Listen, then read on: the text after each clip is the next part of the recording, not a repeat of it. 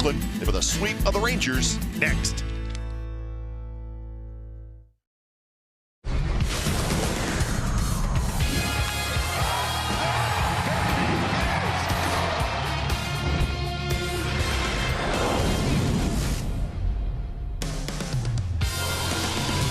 Well, this was a cool moment from this morning. The A's front office greeting the A's players as they come in for what is the final home game of the regular season for the Athletics. But the excitement of October baseball is clearly in the air here in the East Bay, and we are looking forward to it. It's the final home game of the regular season. A's Rangers coming up on NBC Sports California, powered by Xfinity. Hi again, everybody. Welcome to Oakland A's Baseball. Along with Ray Fosse, I'm Glenn Kuiper. No surprise, the Coliseum has been very kind to the A's again this year. Ray, 52-28, one of the best home records in all of baseball. And Kuiper, we know it can get very loud. That's why the A's are hopeful of having that wild card game right here, because of the season the A's have had. Where do you start? I mean, everybody throughout this lineup, this ball club, has done a tremendous job all season. Liam Hendricks, where would the club have been without him closing out games? Ramon Laureano, they had 10 walk-off hits. The final was on Wednesday when Mark Canha on his special T-shirt day had a game-winning hit. But this club has played extremely well here. Marcus Semien probably as best as anybody. When you look at his offense and his defense, he's been a tremendous player. But this club has played extremely well here at the Coliseum. Tanner Roark was picked up right at the trade deadline. In his 8 starts with the A's, he's gone 4-1. He's done everything the A's had hoped for. And you know, I think David Forst, the general manager, said it best. We needed somebody to start. You get a veteran in Tanner Roark. He's done an outstanding job. You look at his last start against Kansas City. He had the bases loaded. He struck out the side. So he's a gutsy pitcher. He knows how to pitch. He can pitch with a lead, as he did in Houston. He knows how to pitch in close games. He's a tremendous pitcher, one the A's are very happy to have right now. And it should be a good pitching matchup. Roark against Lance Lynn, a 14-game winner for the Rangers. And the A's, a magic number of 5 to clinch a postseason berth here in 2019. So a big day at the ballpark. The giveaway today, the Laser Ramon bobblehead. Got to get a couple of those. So we're looking forward to it. Fun day coming up. A's and Rangers.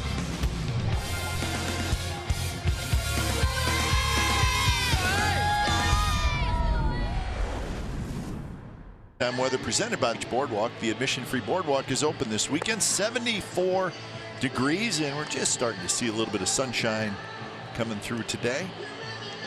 So it promises to be a nice day for a ball game. Here's the starting lineup for the visiting Texas Rangers, brought to you by Southwest Airlines. Chewell DH. Santana's at third base today. Calhoun's in left. Mazara is in right. Odor at second. Andrews at short.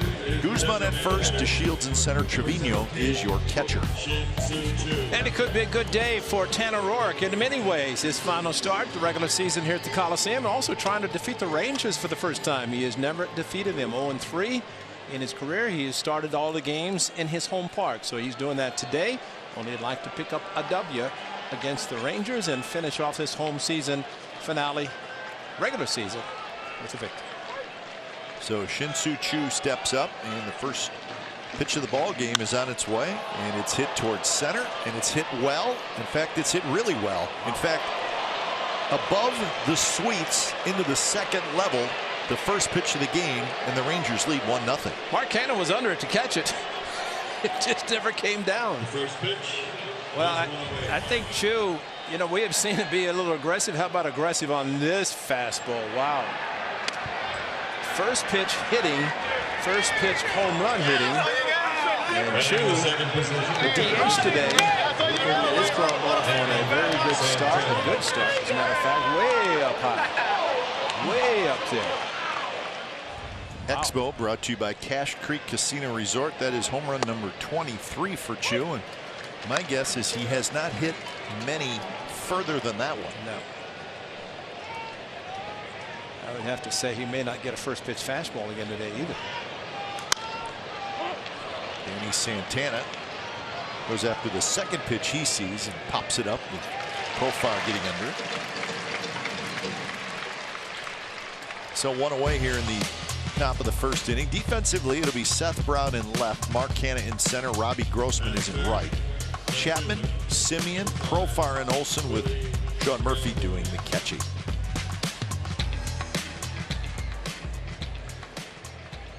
Well, Tanner Roark, 24 home runs and solo shots. That's what he likes, because he does not walk a lot of batters, and Gave up a couple of solos to the Kansas City Royals in last start. Nick Marley's calling balls and strikes today. Brian Knight at first, Pat Hoberg at second. Jerry Davis, the crew chief, is at third. The right hand is not wrapped, Jerry Davis, but certainly looks swollen. He got hit there last night big time. He's a gamer. Yes, he is. And he's got 3 days before he has to go back there. Maybe it will get well. See, I'd have it all wrapped up, big bandage, go for the sympathy route. Or just say, hey, I'm out of here. Can't go today. Can't pump that right That's arm. right. I asked an umpire recently about after they umpired home plate and they take the route third, second, first before the back behind the plate. I said, is it a little bit relaxing after being behind the plate? And the comment, I was a little surprised. I said it used to be. But now, because so many things going on with appeal plays and check swings and all that stuff, and this is what happened. Check the right hand of Jerry Davis on this foul ball by Chris Davis off the glove and right there. Oh, direct hit. And he felt it and probably felt it all night, throbbing. That one's hit well to right field. And that one is gone. That's Willie Calhoun. Well, remember against Kansas City, Tanner Roark had 3-2 counts on the 3 strikeouts, and he challenged them. 3-2 count on Calhoun. He challenged him with a fastball, and it was gone. So, a couple of solo home runs by the Rangers. And similar to what Chu got, only this one 3-2, right down the middle. A little tailing action, did not start far enough inside. Ended up in the middle of the plate, and Calhoun very aggressive with swing. Gone. This one a line drive. Choose more a high arcing home run. So I don't like this pattern. Home run, out, home run. Yeah, probably not the way we'd write it up.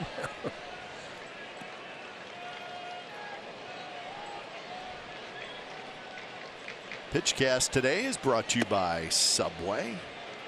As Nomar Mazara steps in. 268 for Mazara, 18 homers, 65 RBIs.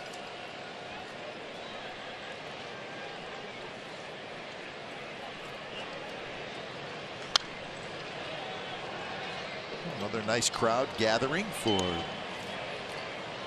Fan Appreciation Weekend, which we've had 29,000 in the house each of the first 2 games, Friday night and Saturday night. Well, so many different colors too. The fans bringing out their favorite A's gear for this finale today, the regular season. That one's hit down the right field line. That's hit well, but foul. Nice play.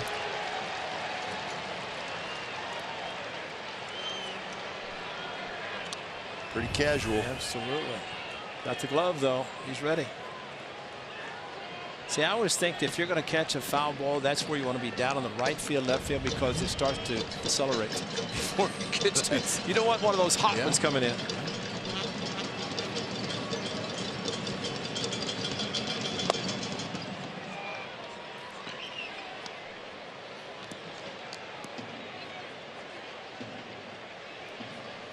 So 3-2 to Mazara.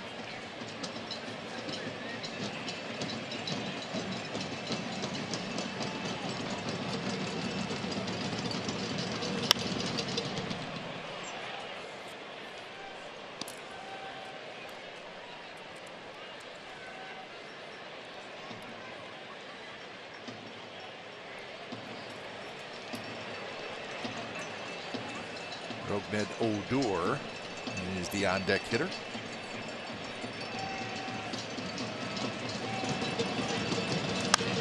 Speaking of the fans, Ray, we had a chance to see all the A's Access members who were out on the warning track before the game today. Oh, man, thousands of them. They were, man. They were. I tell you, if that warning track needed to work on it, it got pounded today because that's where the fans were. Clay just said, yeah, jump around out there because it was not soft any longer after the rain and the delay. Mazara takes the walk, so we were out there. Lots of the players came by just to say hi to the fans, and they were. I was looking at all the different A's gear. Everybody has something different. Something different, yeah. Well, they were all A's fans, though. Yeah, they're excited. There's I mean, you noticed it last year, and even more so this year. Everybody is happy. Oh my God! Just thrilled with the way this season has gone, and hoping for much bigger things, obviously. But it's a good time to be an athletics fan with what this team is doing and is going to do into the future.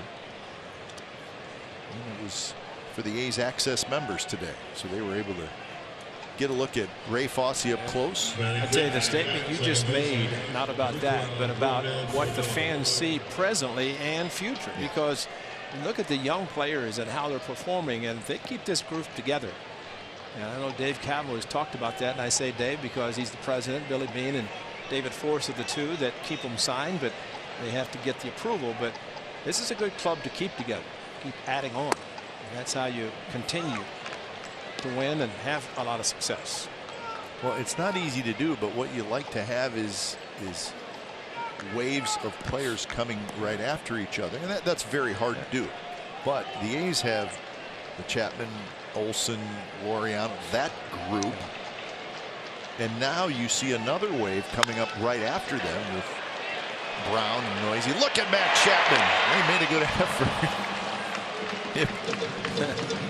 If you doubt his athletic ability, watch that effort. He had a long ways to go. Well, it was, and he was the one on the left side, a ball that Profar catches and kind of flips to him. Backhand, there's your 360 turn and a hard, strong throw. That is I mean, he cleared himself completely. Catch, get the ball, and then with the left foot, get out of the way of the hard slide. And what a tremendous play by Matt Chapman. Didn't turn the double play, but it was exciting to watch. He's a shortstop during some of his younger days before college. Once he got Arenado out of there. Andrus hits one deep to left field. Brown back. Brown looking up, and it is gone. 3 home runs in the inning for the Rangers, and they lead 4-0.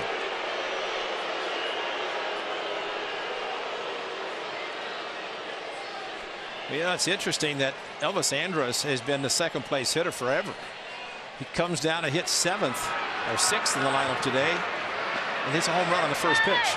And this time there was a runner on base because the walk to Mazzara, he was forced out. But I mean, that's location. I mean, these are pitches that should be hit, and they are being hit. 3 home runs in the first inning. That is unheard of, and there is some bullpen activity already for the Athletics. And Guzman lines one to left field, and he's got a base hit.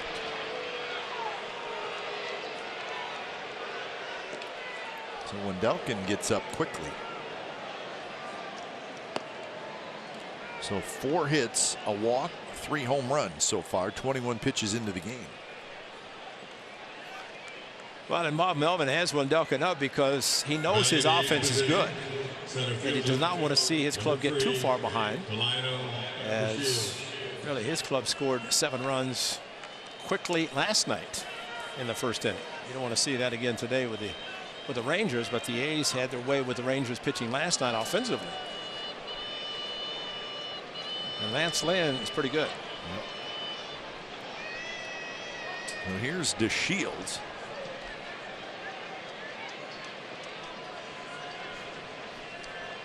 You know, we're so accustomed to seeing 1, 2, 3 first innings, and A's offense taking off in the bottom, but it's not today, at least from the 1, 2, 3 part.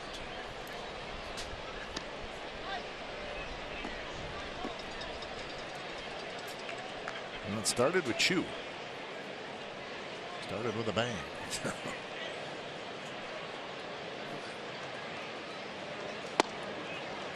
And now it's 2-0 to DeShields.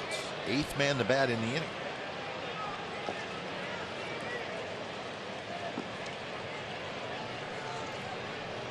We were talking last night how for Cleveland and Tampa Bay, send the A's post a 7th spot of the first inning. Cleveland will play tonight, the Phillies. Marcus has it. He'll go the short way, and that will do it. 4 runs on 3 home runs for the Texas Rangers. A's come to bat when we come back. So a big first inning for the Rangers, but lots of time for the A's to come back. Let's look at their lineup, brought to you by Southwest Airlines. Marcus Semien, he'll be sitting in the leadoff spot with his 32 home runs. Matt Chapman, Matt Olson, Mark Canha, and then Brown, Davis, Profar, Murphy, and Grossman. And it is the veteran Lance Lynn on the mound for the Rangers. 4th start this season against the Athletics, and his first one back in April 23rd. He only went 3 1/3 innings, but that was the last time that he did not go 6 innings for 17 consecutive. And that's what happened on the 26th of July when he won. The Rangers won 5-2. He gave up just 1 earned run of the 2 he gave up, 6 innings in that game. So 3 starts against the Athletics this year. And the veteran, one thing he does do, he does not waste a lot of time. He gets it and he throws it. Facing Marcus Semien.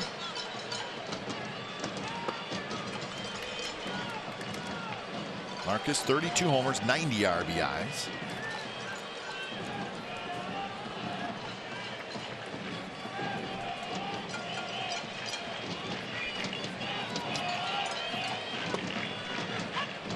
Marcus Semien in this series. And it's been a good series. He was 1 for 5 on Friday, but then last night, 3 for 3. 2 walks on base 6 times. 3 walks, I'm sorry. He walked 3 times. And he didn't finish the game. Yeah, get him out of there. Yeah. He's been on base enough.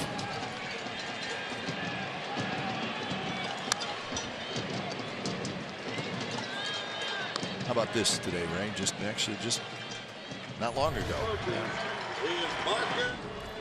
Catfish Hunter Award, that's pretty special. Very deserving for Marcus Semien. Voted on by the players. Not surprising. Yeah, I would say he's a pretty good choice this year. Catfish Hunter Award honors the A's player whose play on the field and conduct in the clubhouse best exemplifies the courageous, competitive, and inspirational spirit demonstrated by the late, great Hall of Fame pitcher. Strike 3 call.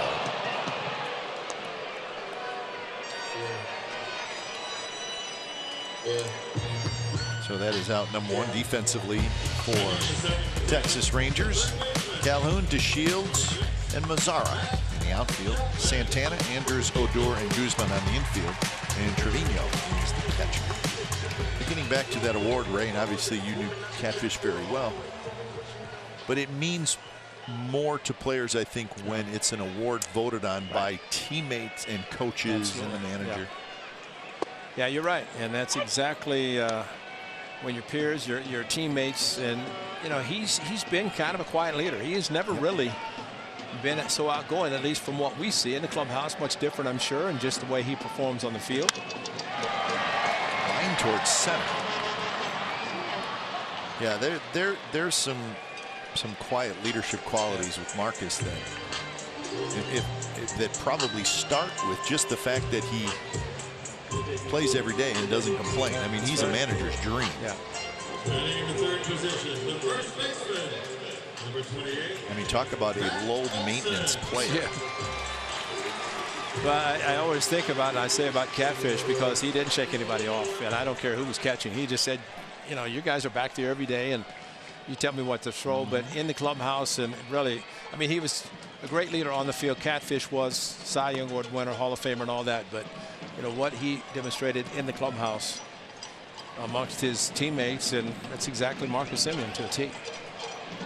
Matt Chapman won the award last year.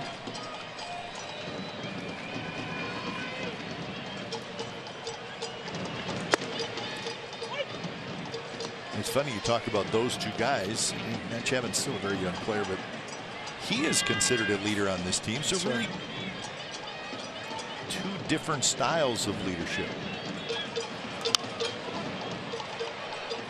Well, and also a very good left side of the infield. I mean, well, that's true. Yeah, that part is really great.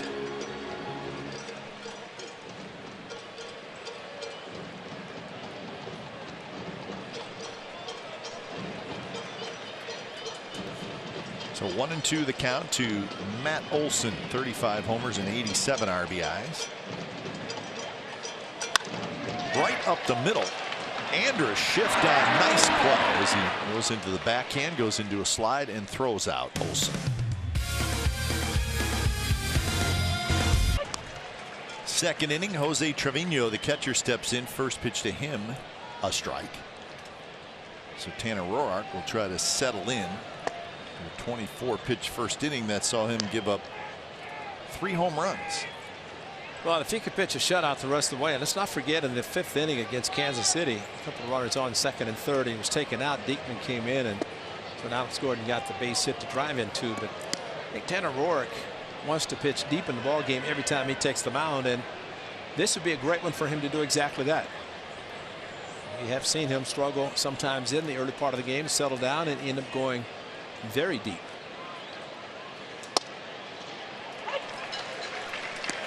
Roark overall this year is 10-8. He was 6-7 with the Reds. That's the record he brought over here. 4-1 with the A's.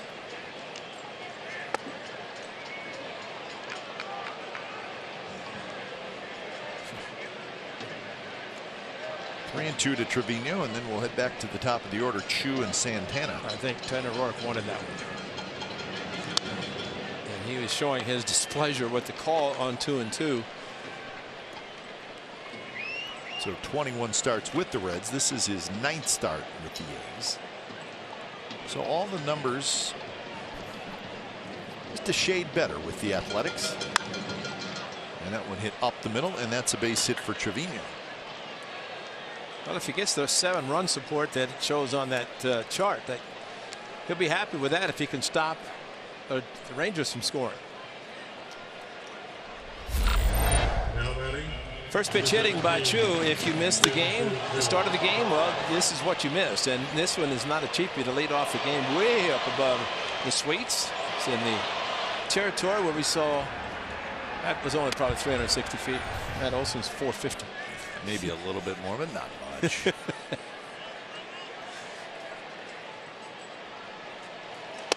Chu does not go after the first pitch here.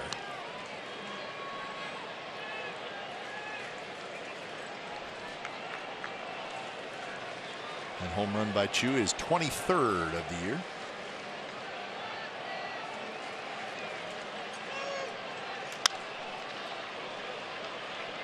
Of course, Chu, with that very long contract he signed, it has 1 more year left on it. It's a 7-year, $130 million deal that he signed with the Texas Rangers. Should be happy with that. That would make me very happy.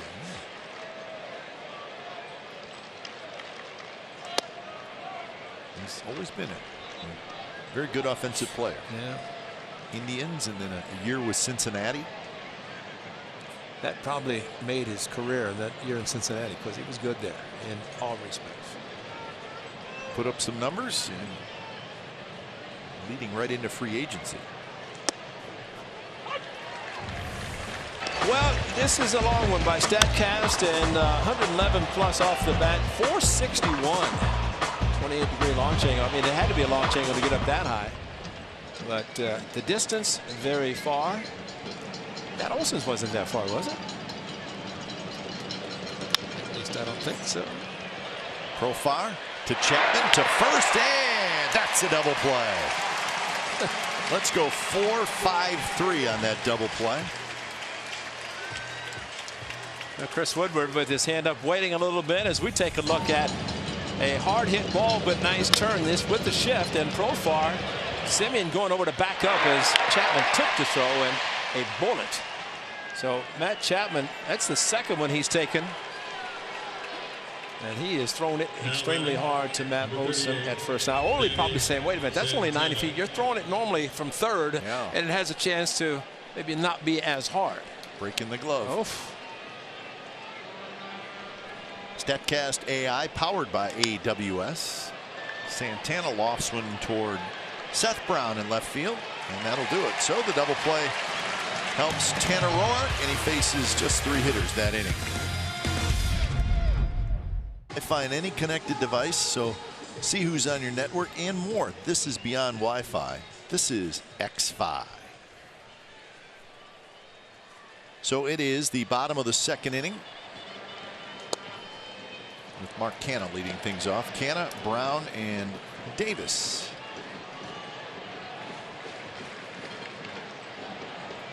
Canha 4 for 8 in the series. A couple of home runs and a double. 26 long balls now on the year for Canha. Well, we always say it, but I think it really holds true that you're down early and you get a chance to get on the board. That makes your offense, you make yourself feel very good about what you're trying to overcome, and that's a 4-0 deficit, fourth in the second inning. You have really two pitchers that like to utilize the fastball. Unfortunately for Tanner Roark, his fastballs have been hitting the seats.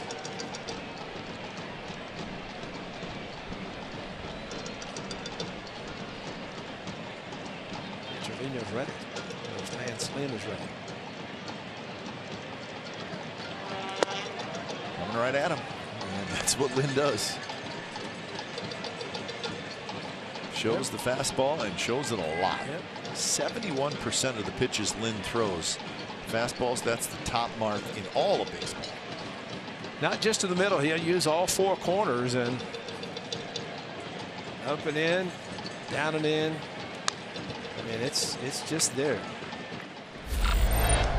Well, Mark Canha last night against his former teammate Sean Kelly, the hanger of the state, inside part of the plate. Canha brought in his hands quickly down the left field line. And Sean Kelly, he works quickly himself. That time hung one, and Canha get a bat flip, and not on that one, but he did do it earlier. Stays alive.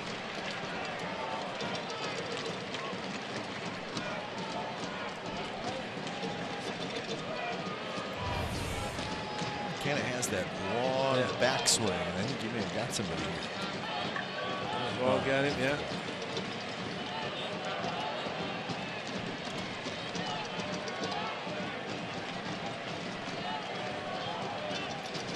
Nick Marty said, "Happy it's you, not me." After he watched his umpire chief last night, Jerry Davis, take one off the hand. Dribbled foul. I mentioned the fastball. Of course, Lance Lynn does turn it over a little bit, two-seam fastball. But I think if you can look fastball, and you know he'll change speeds a little bit, but he also realizes that that pitch he can throw consistently for strikes, get outs, which he's done.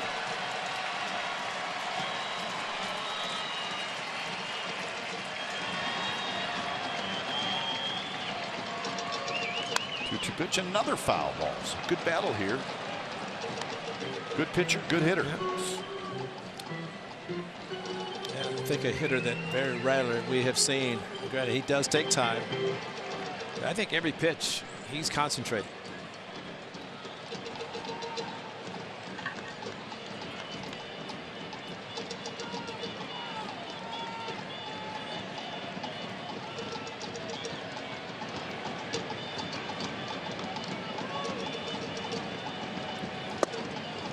Inside 95 miles an hour. Well, if the scouting report holds true, it'll be a fastball. You would think. It's just a matter of where it's going to be and if it's going to be a true fastball, two-seamer, or take a little bit off.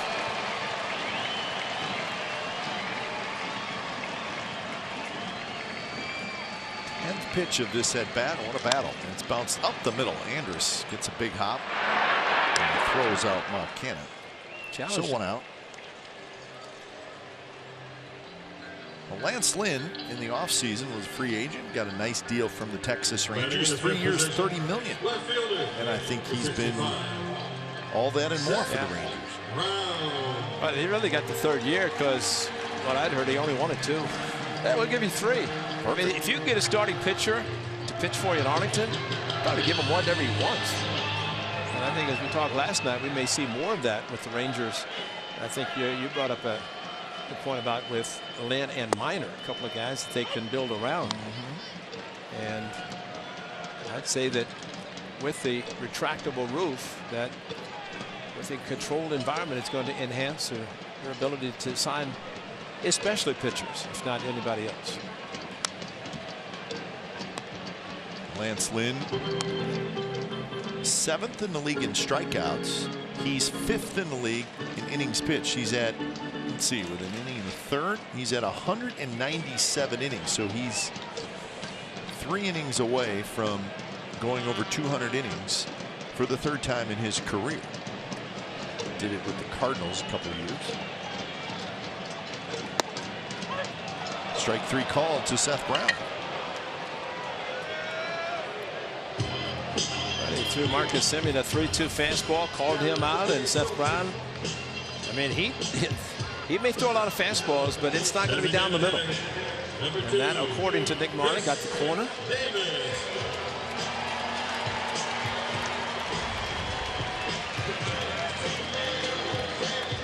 So 2 outs for Chris Davis.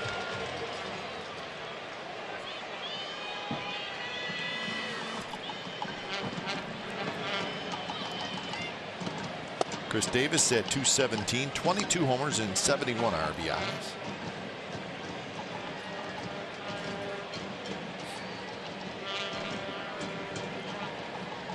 That's tough, Ray. Just when you saw Chris Davis start to swing the bat a little bit on the road trip, yeah, you thought maybe he was coming out of it. Slides back. He's 1 for his last 16. This should be a good pitcher for him because he does throw a lot of fastballs. I think any hitter that may be struggling a bit, if they can get fastballs and know they're coming, like Seth Brown just found out, he's got a cutter too. Got just a fastball and challenge him. So a couple of strikeouts in the inning for Lance Lynn. 4-0 Rangers after 2. Nothing. Rangers hit 3 home runs in the 1st inning. I wonder if that guy knows the squirrel sitting next to him. Nope.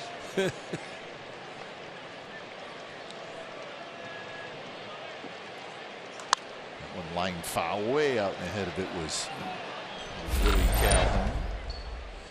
Well, line drive, we saw the high trajectory home run by Chu, but for Calhoun, a line drive regardless. Grossman could not do it, just watch it, and so that was the 2nd of 3 in the inning.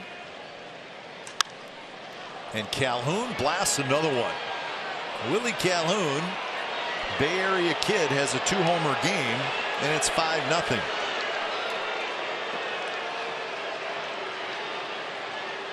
Willie Calhoun starting to figure it all out. Yeah.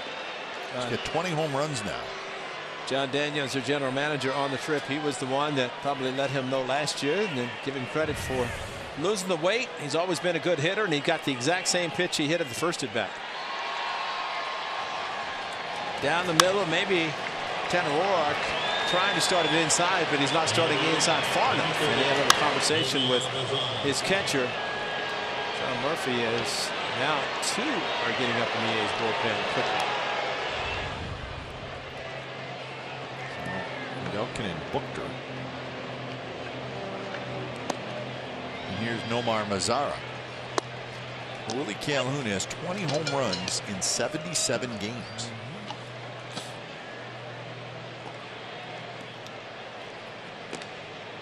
So 4 home runs now for the Rangers on the afternoon.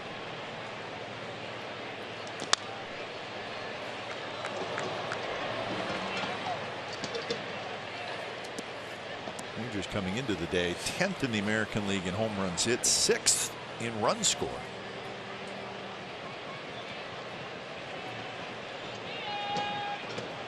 See the score, the Red Sox beat the Rays 7-4. So the Red Sox salvaged the final game of that series, helped the A's out. So the A's now with a 2.5 game lead for the #1 wild card spot. There is another game tomorrow. Rays and the Red Sox play the old wraparound game on Monday. So that's a 4-game series. Normally that's saved for teams that play Sunday Night Baseball. Yeah, but that's not the case. Cleveland hosting Philadelphia. That's right. That'll be a good game tonight. Yeah. Rubber game of that series, and we'll be able to check it out. Well, they've already checked out the Rays losing, and the A's getting pummeled in the 3rd inning by a score of 5-0, but it's early. Well, and for the Indians, they could If they were to win tonight with the Rays losing, they would jump back into a tie for that second wild card spot with 1 week to go. So the Indians, they will get after the Phillies tonight in Cleveland. It's a swing. Mazara did go around. First strikeout. Yeah, Jerry got that right fist up. Hey, that's one that could have been called by the home plate umpire. That's a swing. Just watching. This is what Jerry Davis saw. Big old swing, looping Mazzaro.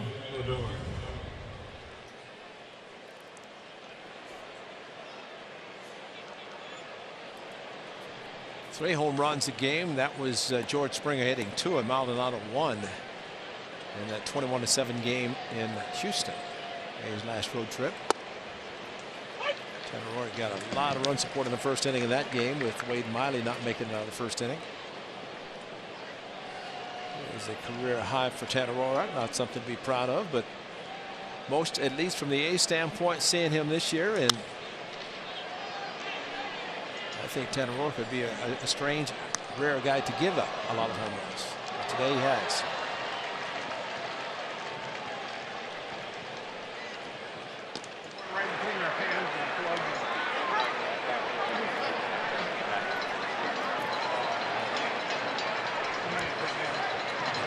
Guys are ready to go out in the bullpen.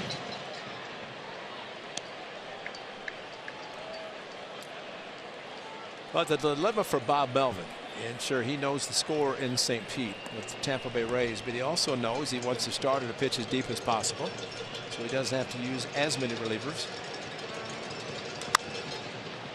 Shallow right center field, got a no man's land out there, but it's Marcus Semien who gets over there. He was playing on the right side.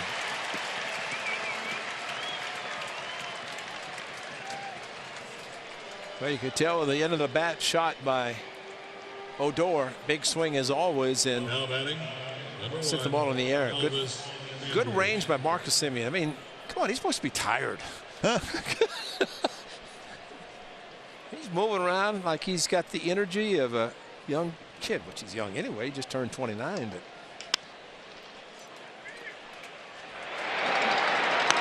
that'll do it. Willie Calhoun with his second home run in the game. Bottom of the third coming up. 5-0 Rangers. And introducing City Law. It premieres tomorrow on NBC. So 5-0 Rangers lead. It's the bottom of the third. Golden Road Landing view. First pitch to Jerickson Profar is a strike. 6 up, 6 down so far for Lance Lynn. Now in the A's bullpen, A.J. Puck gets up. Lightly throwing.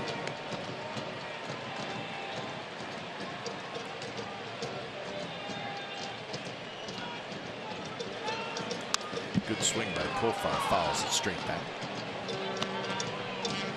Profar at 210 with 20 homers, 66 RBIs. Got 22 doubles and a couple of triples.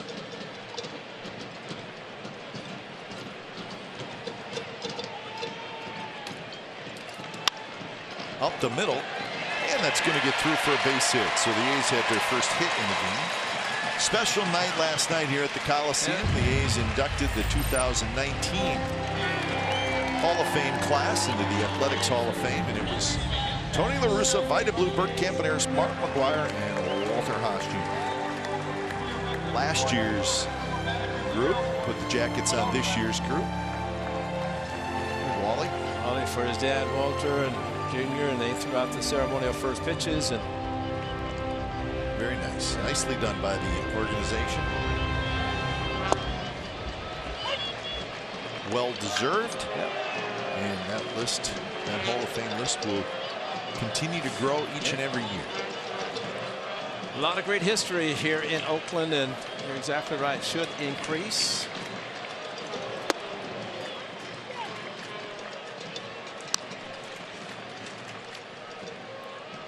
Of course, we know all the names, but you know what I think is always interesting to me, right? Mark McGuire was a perfect example. Here he is. He has the Oakland A's record for career home runs. And if you just look at everything and Murphy gets hit. I don't know where it hit him. As he's holding, was it maybe his right arm? Yeah, he got it pretty hard, unfortunately.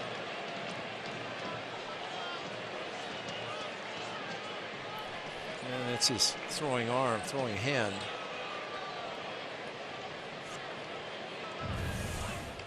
Check the right side underneath.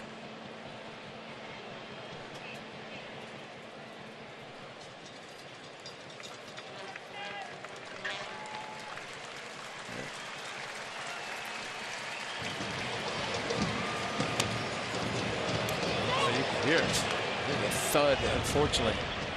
Now batting, number 8, Robbie Grossman.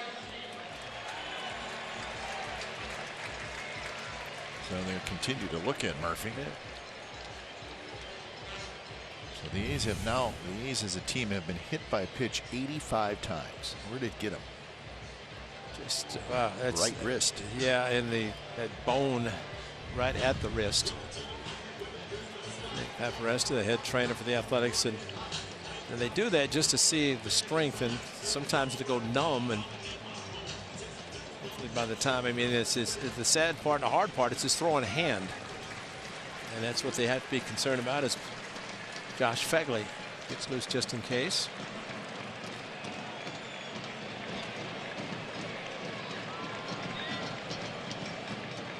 Jerry Davis knows what it's about. He got it last night on the right hand.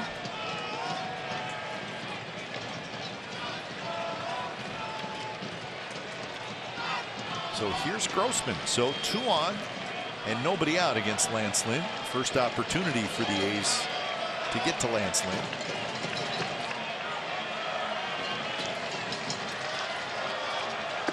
Which is low. I want to finish my thought on McGuire though. Is that here he is, the all-time home run leader.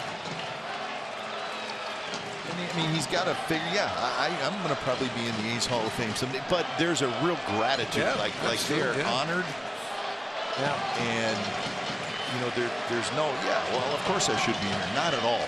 He was really proud and really honored that the organization did that. well, and as he told us when he got the call, he was shocked. That's what I'm saying. Exactly. Just yeah. I mean, that's you're an automatic almost. yeah. Should be. You think with that, but you have Dave Cowley as president and Chris Giles, the whole organization, because up until last year they didn't have one. No Hall of Fame. You look at the history of this club. It was done last year, the 50th year celebration and 50th anniversary team, and you know, you get the Hall of Fame, the Seagate for Catfish Hunter and Eckersley, those 2 gates, and you know, a lot of interest in remembering the history of this organization, especially here in Oakland with the 4 World Championships. There are 3 retired numbers: Jackson, Rickey, and Eck. And of course, Raleigh and Catfish on the other side, and soon to be Dave Stewart up there as well, the number 34, very deserving. 4 World Championships. There are a lot of clubs that live to be able to say that. 1 and 2 to Grossman. Rolls a foul. There's a little cut fastball that Lansing also likes to throw, in addition to the 2 and 4 seam. So if you add the 3 fastballs, the 2 4-seam fastball and then the cutter, that's 3. But he utilizes all of them, and if he can sink it and cut it, and whatever's on that thread of his glove, maybe some pine tar to get some stickum. Who knows what could be on that glove? Could be a little bit of everything. Yeah. I mean, we saw a relief pitcher spraying all kinds of goop on his glove the other night.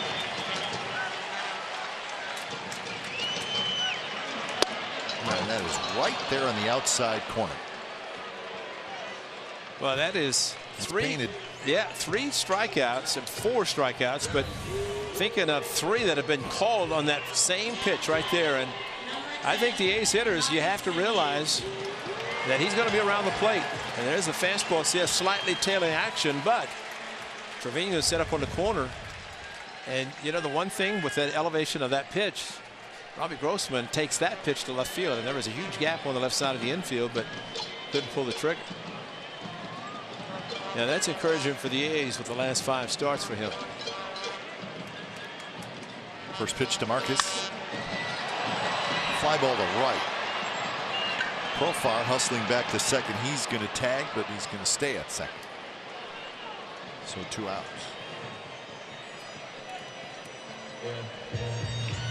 All right, let's check out the T-Mobile connection to the game. Most home runs hit at home in the American League. Matt Chapman is tied with Mike Trout. So Matt Chapman, 21 of his 34 home runs have been hit right here at the Coliseum. Well, we'll see if he can hit one today. He's going to have to. Well, I like your talk constantly about the bottom part of the batting order. Well, 2 are on, and now the top of the batting order. And Matt Chapman, 3-run home run at his best, and that's something that would be very beneficial for the A's right now.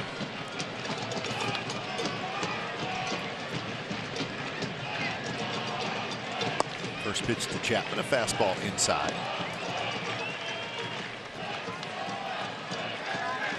Treehouse happening again.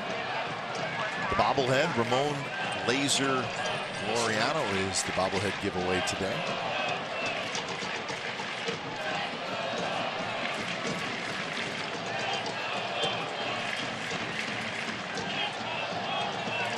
Missed again inside, so Lynn tried the same pitch twice to Chapman, and now it's 2-0.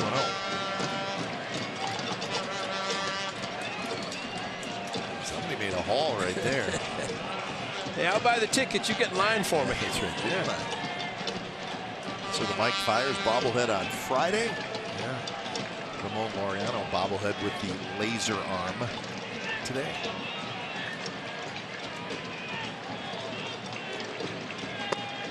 Chapman, good take, and now it's 3-0. And you know, predictability. I mean, here it is. You got a fastball pitcher at a 3-0 count. The A's would love one blast to get back in the game. I still say these are the time, even if it takes the 3-0 and it's a strike, still can load up. And loading up, saying, I'm going to get a fastball and I'm going to be ready for it.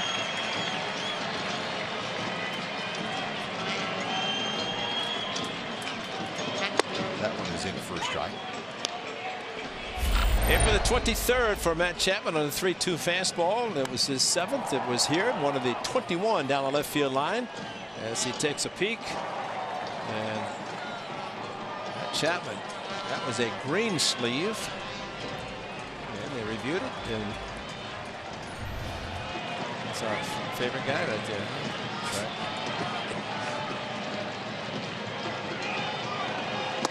And he missed inside again. So now the bases are loaded for Olsen. Maybe Matt should go back to the green sleeve that he had on that shot instead of the white sleeve. Now batting, number 28, Matt Olson. Matt Olson hit it hard, and the Rangers with the shift. Andrus able to take the ball, and he's on the first base side of second right now. And Odor going out to say hello to Mazar in right field. He's the second baseman. So big shift put on for Matt Olson, and he is very capable, as he's done 35 times this year, to go over the shift.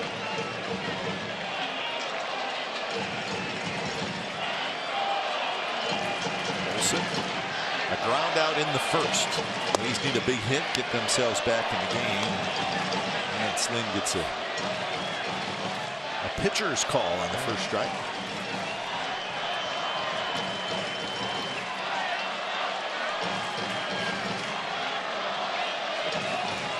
Well, the way the ball is carrying today, 4 home runs hit by the Rangers, and really they've not been that cheaper, but the ball is carrying.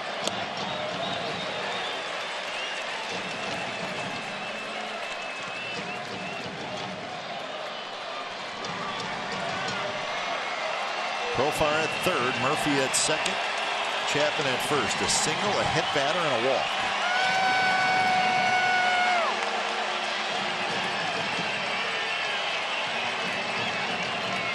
Got a base hit to third base.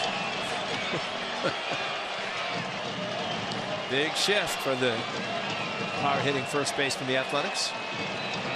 And Profar is about a third of the way down the line.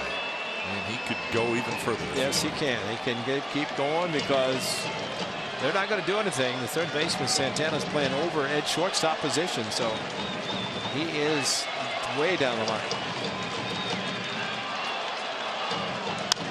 This one's popped up. It should reach the seats. So now Olsen behind in the count, 1-2. Every time I see these shifts and third base runner coming down the line, I always think of the Hall of Famer Rod Carew. I mean, he'd have 100 steals at home the way they're doing that now. And, you know, as quick as he was, I don't know that the pitcher, even out of the stretch, could step off or throw quickly enough to get him. And that's how far he could come down the line and throw far. I mean, 2 outs, and the only thing that could help him here is a wild pitch not far away. So a fastball up around the letters, and it's a big strikeout for Lance Lynn. It's his 5th in the ball game. 4th inning coming up. 5-0 Texas. And by Southern California's motorcycle lawyers at lawtigers.com. Well, that is what the front office did this morning, which was pretty cool. Lined the area where the players walk in from the parking lot toward the locker room and give them a big round of applause to each and every one of the players that came in. Well deserved for the Athletics. AJ Puck's the new pitcher. When it's time for change, think Speedy Oil Change and Auto Service. Your trusted oil change, tune-up, and smog expert. So for Tanner Roark, 3 innings, 6 hits, 5 runs. And 51 pitches, so quick outing for Roark. And now Puck takes over.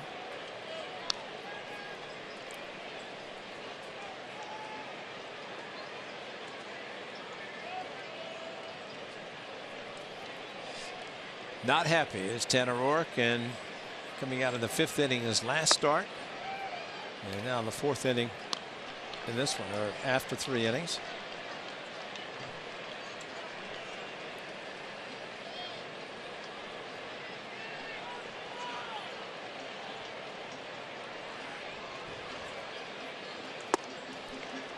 Bring 1 now to Guzman, who had a base hit in the 1st inning, lined to single to left.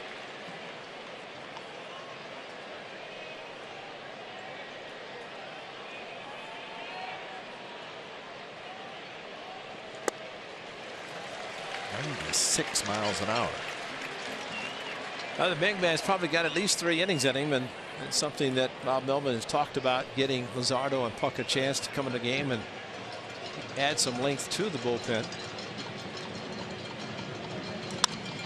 And that is passed. Now Chapman toward the left field corner. So Guzman hit the ball the other way a couple times, and he's got a single and a double. So leadoff double here in the 4th. So this is some more of what happened this morning. And you see Dick Callahan right in the middle there. Absolutely. It's NFL Jersey Day. Football is a little bit different for Liam Hendriks. So very cool. And players certainly appreciate it. Front office works very hard throughout the season, as do the players.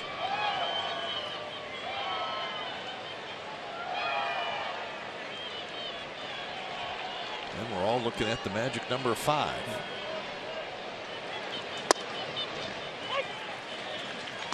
You talk about the hit by Guzman going to the opposite field. Of course, he has done that pretty consistently against the Athletics. But in the case of Puck, I mean, he just threw him a great fastball outside corner, and he just dropped the head of the bat on it.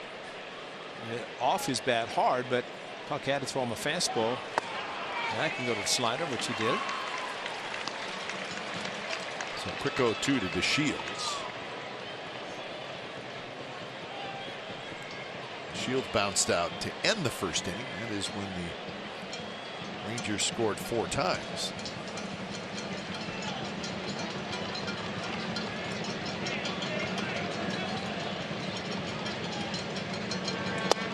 Fastball, maybe not a fastball, 89 miles an hour.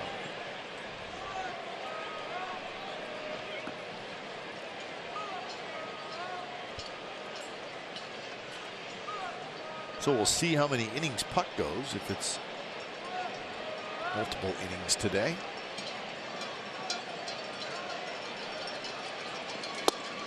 there's the good fastball at 97 miles an hour. Threw it right by DeShields. Just threw it by. You're exactly right. Well, and when in doubt, go to the hitter, and he looks like he got a little bit upset, and maybe it just took him the batter Mazar to get loose. Took a 3-0 to 3-2, hit the double, but then to DeShields, who's not able to move the runner over, which is huge for the Athletics. Okay, if you remember the game that the A's had on the 8th of September against the Angels in that series finale, they were down 5-1.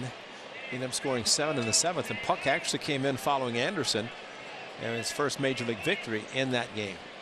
So Bob Melvin again probably not making his starter Tanner Roark happy, but just trying to find a way to stop what the Rangers have done in the first 3.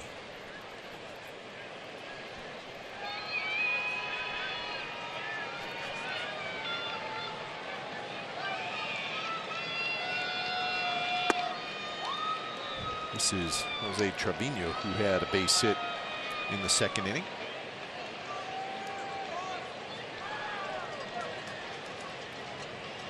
Rangers trying to break a 7-game losing streak.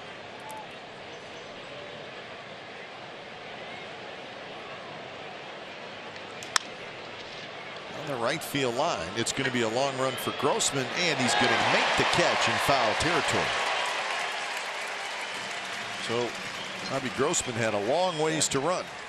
Had he played nicely, though, I think that helped because he was playing him in right field. The surprise was that Mazar with the ball in foul territory, and maybe he thought it's going to drop, but once it got to the point that it looked like it's going to be in foul territory, the only thing to do is to tag. But a nice running play by Robbie Grossman, playing shallow in right field, able to take the bat out of the hand of Trevino. I said Mazar is Guzman at second base. And Chu is the hitter. Now, the last time the Rangers won a game was the day before the A's came to Arlington. Right. They beat the Rays. They were 74-74. That's right. At the time the A's joined them and lost 3, then 2 to Houston, the first 2 in this series.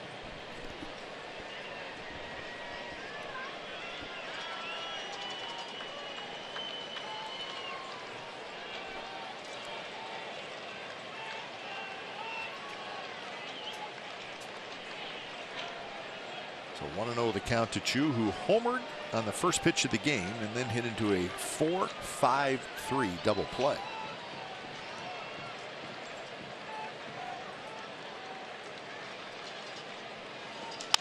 And that's a little flare to left. That's going to get down for a hit. It's picked up by Brown.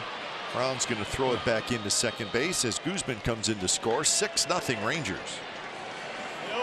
And that's the only time a runner's going to score from second base on a bloop, and that's with 2 outs because he's able to move on contact. So Chu hits one on the second deck and then bloops one into left field, but that's the same result. A run batted in. Now batting, number 38. Good fastball. He just probably a little bit tardy on the fastball, but hit it perfectly in front of Seth Brown. So a couple of RBIs in the game for Chu. He now has 59 on the year. And here's Danny Santana.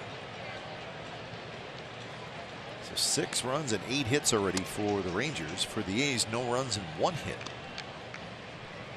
First 2 games of the series, the A's outscored Texas 20-3. But a different story so far today.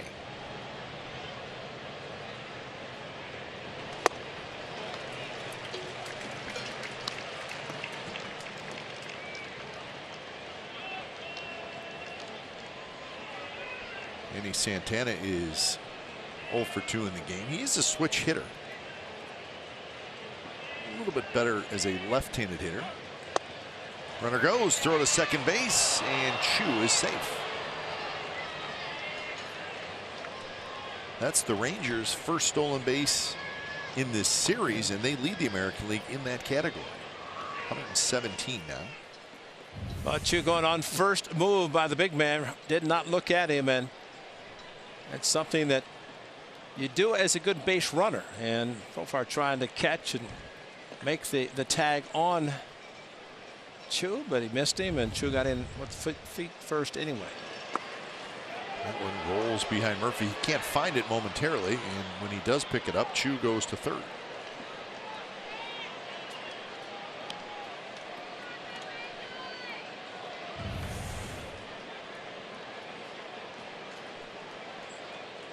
He had it in his glove, and then it looked like maybe he kicked it a little bit with his leg.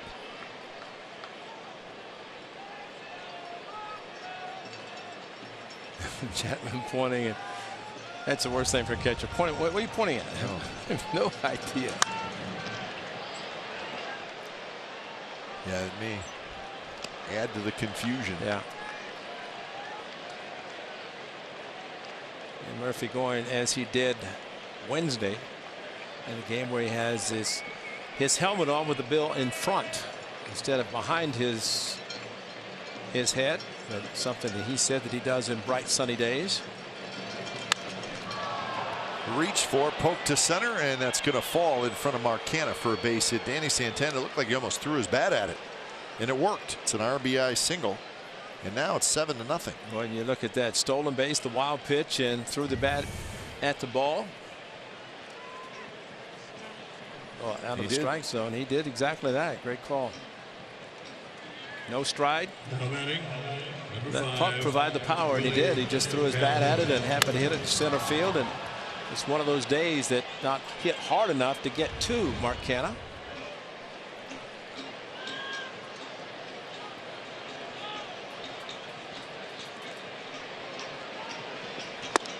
Here's Willie Calhoun. Be careful here. He's got 2 home runs today.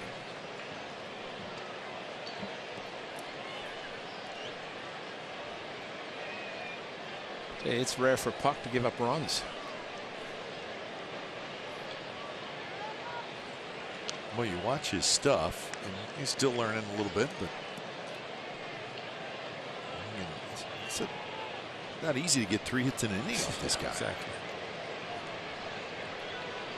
And perhaps he learned something with Chu taking off on the first move and pay attention a little bit.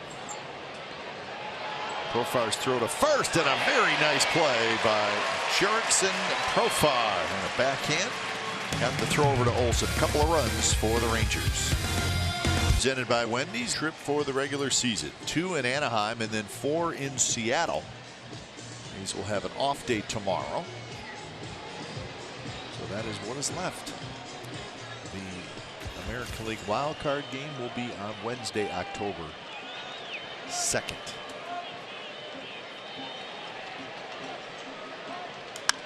Canha with a mighty swing in the first pitch he sees from Lance Lynn.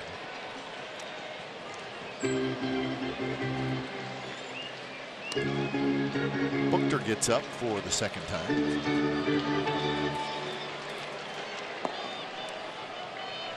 I think back to the 2002 and the 20-game win streak and games like this. You think, well, it's over, and then A's would find a way to come back. And this season, kind of similar in the sense where they've been down. This down quite a bit in this game, but still they think, as we have seen them, that they feel they can come back regardless of the score, and this might be a huge challenge considering the veteran status of Lance Lynn on the mound.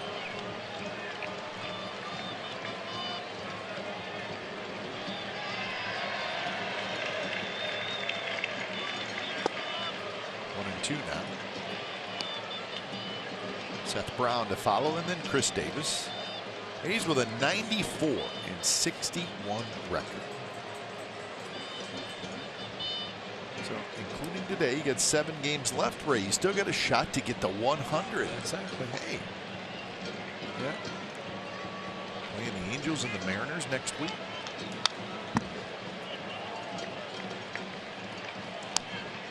We'll see. A's are 52 and 28 at home, so that's a very good record. Well, that's exactly what you want to do. I think, of course, their record on the road, and just been a very, very good 3+ months for the A's.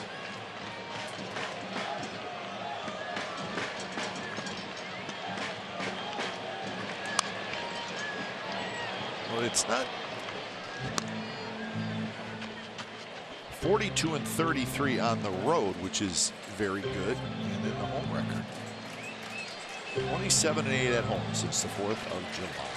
The all-time best home record for the Athletics was in 2003. That was a pretty good team. Ken Maka. Yeah. The A's won 57-24. Under the glove of Guzman. Cannon is going to hustle for second. The throw is just a touch late. Cannon in there. Should be a double.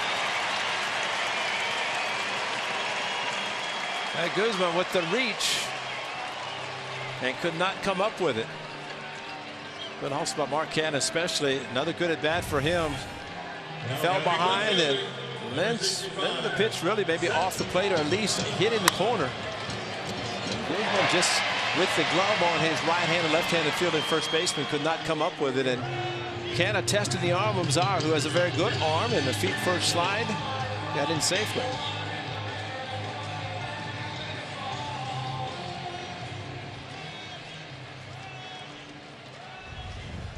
So the A's, for the second inning in a row, had their leadoff man aboard.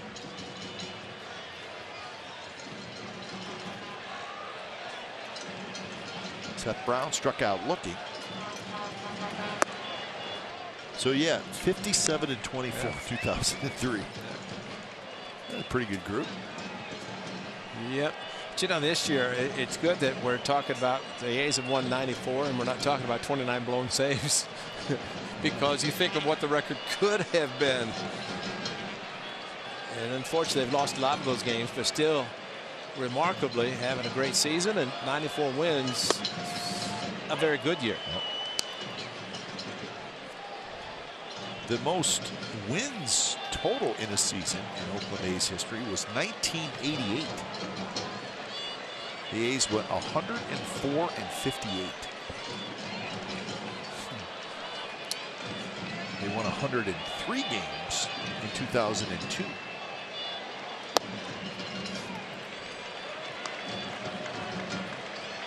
I'm glad you didn't bring up 88 to Mark McGuire last night, because we showed him hitting the walk-off against Jay Howe in Game 3 of that World Series, and unfortunately that was the only win for the A's in that remarkable year. They had a good season. Dodgers a little bit better. The Dodgers, unfortunately for them, that's the last World Championship was at 88. Did you see Dave Roberts was thrown out the other night? The last manager in Major League Baseball to be thrown out. Really? Yeah. Bob Guerin take over for him? I'm sure he did. Oh, boy, yeah. Argued balls and strikes, and Greg Gibson got him. So he was arguing balls and strikes? Yeah. And he yelled from the dugout, and that's when Gibby heard it. It was rabid. He was You don't mess with Gibby. Yeah. Threw him out. But that's hard to believe. It took the second to last week of the season for Dave Roberts to be ejected for the last manager. It's hard to get ejected these days. I mean, seriously, if you think about it, because there's limited opportunity. Yeah, I mean, it's if you argue a challenge, it's an automatic ejection. Of course, balls and strikes, it's automatic as well. But he filled out the bill. That's pretty good. The mild-mannered Dave Roberts. I mean, you talk about a home record. And that was at home. So maybe, that's right. What's the Dodgers' home record? 58-22.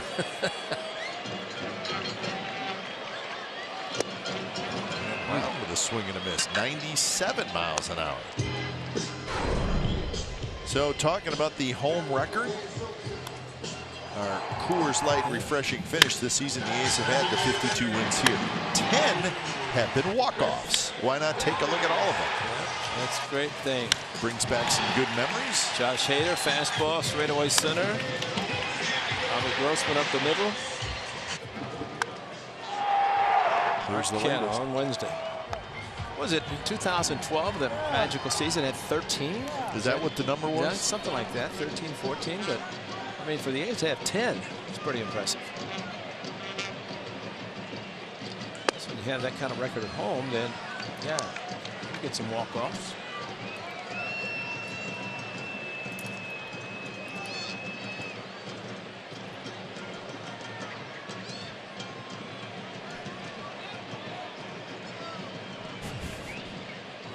Chris Davis struck out in the second inning.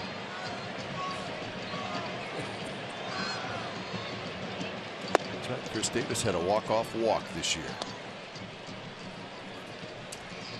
Those are hard, though, right? They're hard for an announcer, right? I mean, it's a walk-off, right? You want to scream, you want to yell, you want to be crazy. Well, in 2012, the A's had a walk-off hit batter. Hit batter. Yeah, I think Johnny Gomes got hit. I don't know. That was, yeah. How do you approach that? He walked him. That boy, Harry. He walked. That's it. And then if you're celebrating, where do you go? You know, I mean, the guy walked. Who do you mob? Yeah. They just spread out.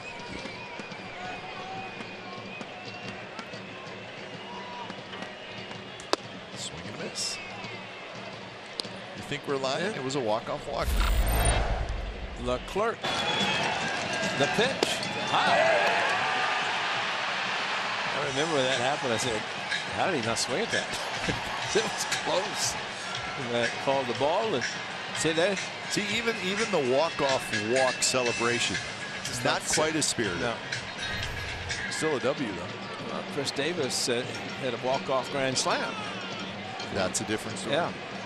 Jumped, helmet, jump shot. That was against the Rangers.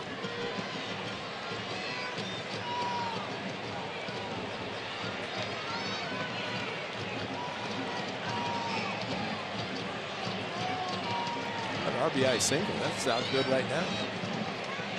Got it. He just pumps it in there, doesn't he? Yes, he does. Gets a little movement. That one, he had a little cut to it, but still 96 miles an hour. Well, and away from him, too. You look at the pitch and location. I don't know that he knows what the middle part of the plate looks like because he has not hit it today. And, you know, he pitches just enough inside as he did to Matt Chapman. And, of course, he hit Sean Murphy. And from a hitter standpoint, you're looking at it and say, how can these guys not be swinging? But if he goes inside, outside effectively, then he can use both sides of the plate. The point that it makes it difficult on a hitter. Now it's up to Profar. So 7 strikeouts for Lance Lynn. He has walked 1. He's allowed just a couple of hits.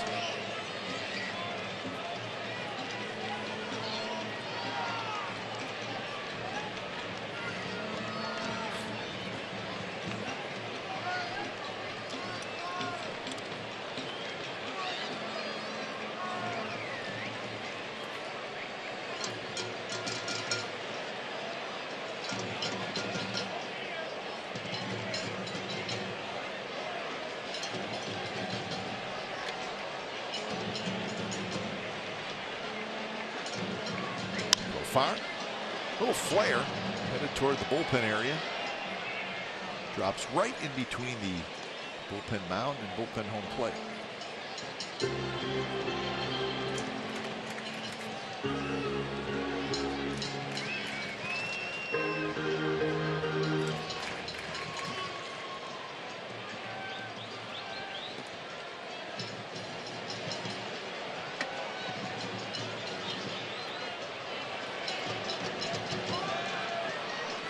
Profar had a base hit in the 3rd inning.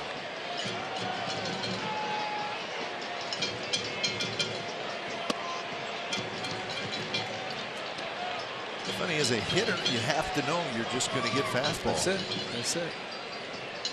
And then gives you a pretty good idea that Lance Lynn knows that, and then he doesn't care. Well, I think the one to Robbie Grossman probably was a telltale right there because Robbie Grossman is good at covering the plate and hitting the ball where it's pitched. And when he was frozen and took strike 3, that kind of indicated to me that Lance Lynn, of course, knows how to pitch. The weather's got to be very cool for those guys, you know, pitching in hot weather in Texas. Come into here where it's nice and comfortable. Pitch number 70 coming up.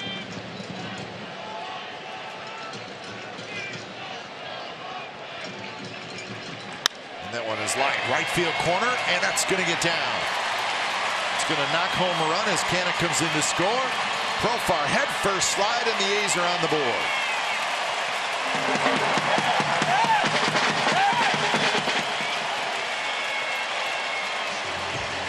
thinking about Jurickson Profar, 19 games against his former team.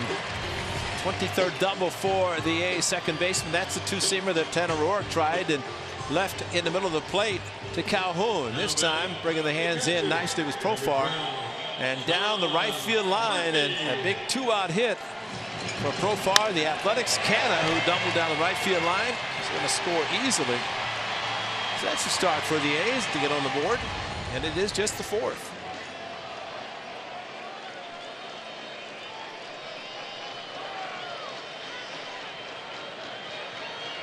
So see if the A's can get another two-out hit from Sean Murphy.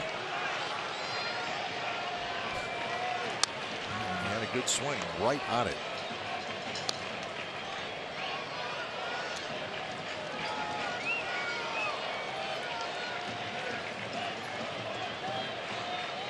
Here the Astros are leading the Angels 13-5 in the 8th inning. And the Astros, who have a postseason berth locked up, they're trying to clinch the division.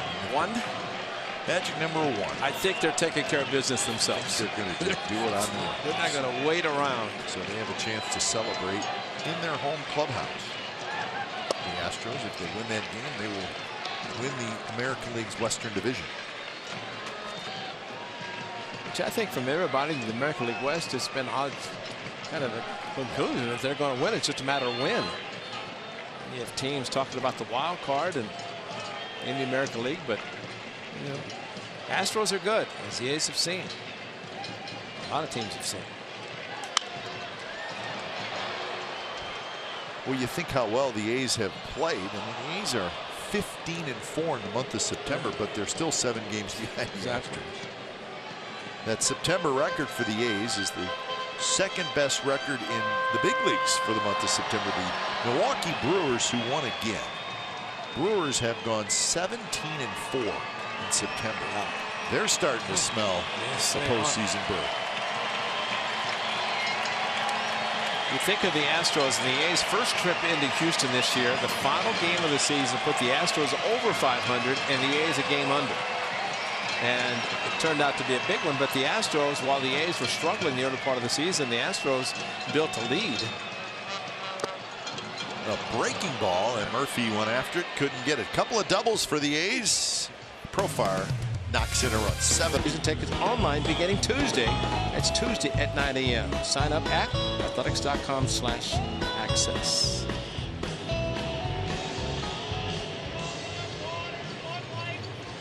So it is 7-1, top of the 5th inning. New pitcher for the A's, Ryan Buckner, comes in. So Puck goes an inning. Bob Millen doing what Chris Woodward did last night after the A's got off to a big lead. Hit well to left field. Brown back. Brown at the wall. Gone. That's Nomar Mazara. And that is the 5th home run hit by the Rangers today. Well, he's all excited to get 2 doubles in the same inning to score a run, and then 1 pitch.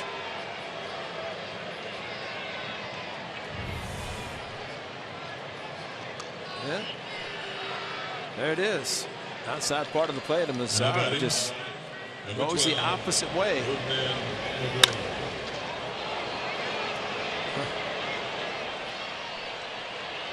So for Mazara, his 19th home run of the year.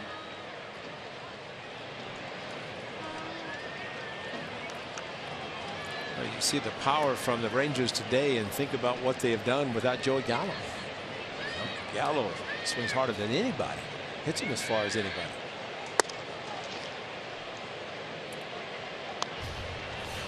So when it's time for change, think Speedy Oil Change and Auto Service, your trusted oil change tune-up and smog experts. 63rd appearance for Buckner. So he's had a pretty good workload as well for the A's this year.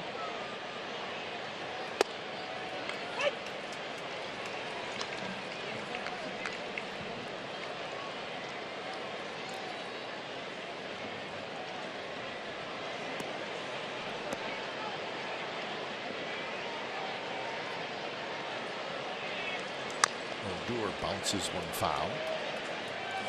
It's not nice for the Rangers to do this in the A's final home game of the regular season. It's not right. Yeah, we got to talk to their announcers. Yeah, the Rangers next. Find out what they're doing. A week from today will be their final game at that old park, Old Blythe Park in Arlington. They'll be moving to the new park next year. So a week from today, the finale. That should be a rule, right?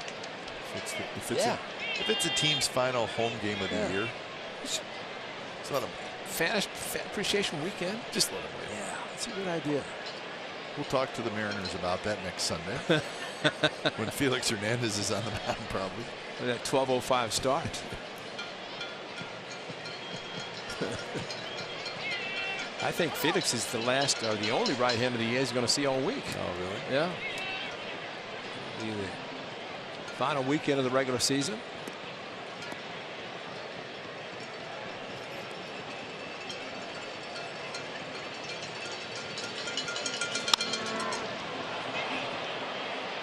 Canna to his right, looking up into that sunshine. He grabs it. So Odor is retiring. So we mentioned the fact that the Brewers won again, Ray. The Cubs lost again. No, again? Cubs have lost 6 in a row. They are now 4 games out with 6 to play. Desperation time. The Nationals lost. So the Brewers are tied with the Nationals for the #1 wild card spot, but they're both sitting pretty good because the Cubs have fallen apart late. And the Cubs have been home. The Cubs were winning 2-1 today, going to the 9th inning. Cardinals scored twice in the top of the 9th to finish the 4-game sweep at Wrigley. And they finish next weekend in St. Louis. And it was the first 4-game sweep at Wrigley by the Cardinals since 1921. And it could not have come at a worse time for a really talented Cubs team. Well, also for Joe Madden, the manager, who in his 5th season, some people think it might be the final. We'll see, but that is tough for the Southsiders at the friendly confines. Nickname given Wrigley Field by the late Ernie Banks, who always wanted to play two.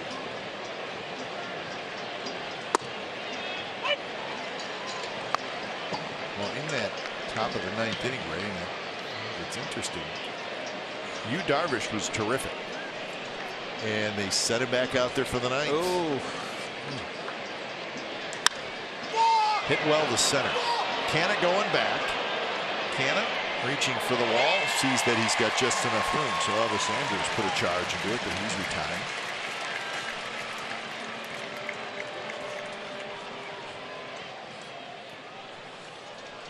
well, unfortunately, this is falling behind, and this is what the Rangers are doing, teeing off, and for Elvis Andrus, who pulled one to left field in his first at bat, almost hit one out to center field. And Mark Canna using the right hand, never did feel the wall, but fortunately he did not pull this one. And maybe the ball a little bit away from him. He did not have the same opportunity. Boy, you have to get ahead because hitters do load up, and when they do that and ahead, sometimes they hit it hard. What a play. Olsen pops off his glove toward Buchter, and Buchter hustling over there. He gets there, and Guzman with a head-first slide is retired. Very nice play by Matt Olsen. Not only the fact that he knocked it down, but then he scrambled after it and made a quick throw, and Buchter was covering. So all around, a very nice play by both guys. A home run for Mazzara. What a great play. So bottom of the 5th coming up, and Rangers leading it. They lied by Guzman as he was a little slow getting up after a great play by Meadows. Well, always going to be the question about the head first slide. Is it quicker? I don't think it's quicker, but you still see a fair amount of guys do it. Yeah. Well, you think as you're running and then you have to fall down. That takes time. Yep. And then you take the chance of jamming your hand in the bag, which looks like it's what Guzman did. But seems to be all right as he stays in the game. So the Rangers leading it 8-1. That's what we're talking about. The head first slide of the hand jammed, looked like the left hand jammed in the bag. As Buchter covering, no collision there. You also take the chance of being stepped on by the pitcher if your hand ends up on top of the bag. Looks like Guzman just jammed his fingers into the bag. It's a little bit different, I think, too, Cap. When you're sliding head first into second, stealing base, you have a tendency to bring the fingertips up. Whereas going like that, you're just trying to get the bag and they stay straight, and that's when you jam them into the hard bag. It's Chris Bassett who's throwing in the A's bullpen. That man always slid head first, and as he always said, it's like landing an airplane. He'd land on his chest all the time. Told Ricky I didn't want him flying. Let him dive head first into second and stealing bases, but don't fly an airplane. Ricky could do a lot, but I don't know about that.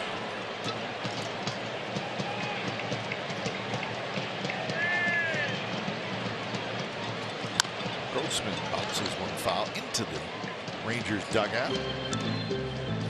Got to be heads up here. There's no railing in front of the dugout. The dugouts are a long ways from home plate.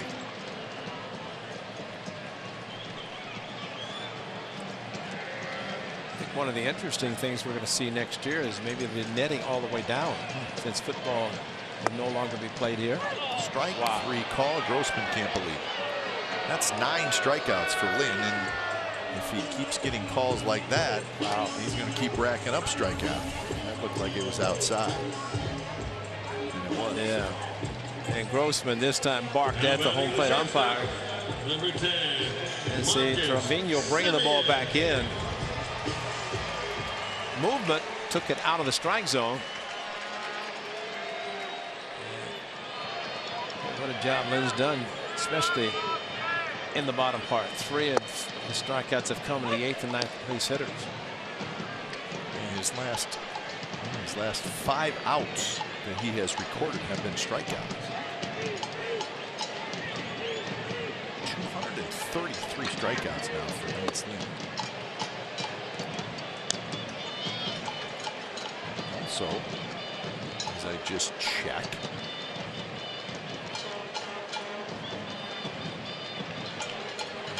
third, he's right at 200 again.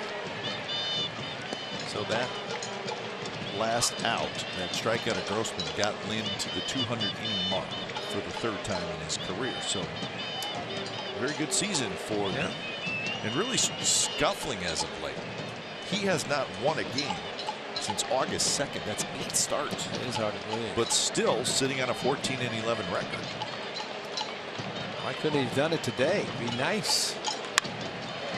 That one is driven to the gap, and it's going to be another extra base hit for Marcus Semien.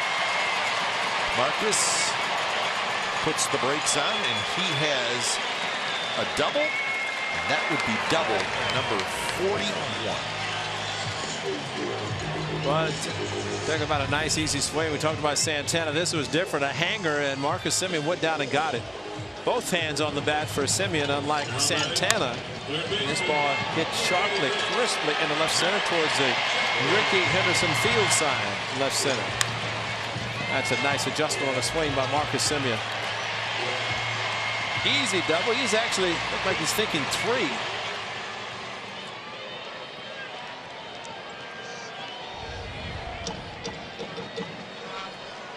Hometown hero. A lot of reasons, a lot of ways for Marcus Semien. Chapman pops it up. So Athletics players that have 30 homers and 40 doubles in the same season, there's only been 4 guys. Al Simmons, the Hall of Famer, did it twice. Xavi, Giambi, and now Marcus. And those 2 did it the same year. Xavi and Giambi.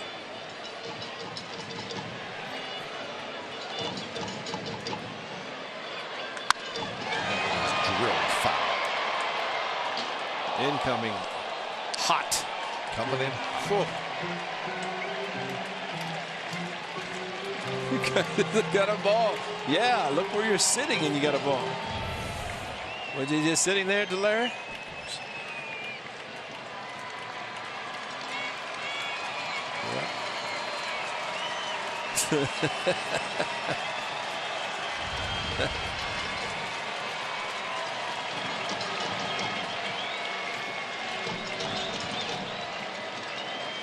Two to Chapman. Strike 3 call. Right on the outside corner. 10 strikeouts for Lance Lynn. That one did look like a strike. Yeah, that's a two-seamer coming back to the corner. You know, it's interesting with this performance by Lynn. He's got 10 strikeouts, and I got 5 of them. I just counted the 5th. Exactly right. But you don't see that very often. Not that many. Well, we saw all the ones in the night. The A's, all the strikeouts, they were all swinging. It was Fires, I think, and all swinging strikeouts. So 2 outs. Here's Matt Olson. He'll try to knock in Marcus.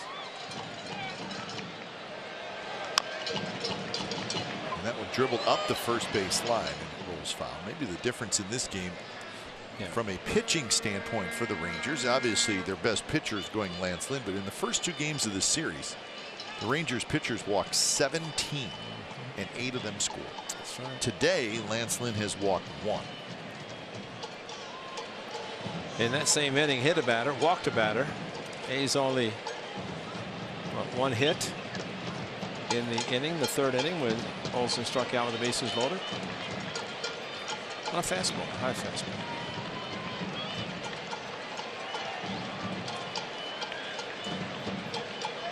Matt Olson, a ground out and a strikeout.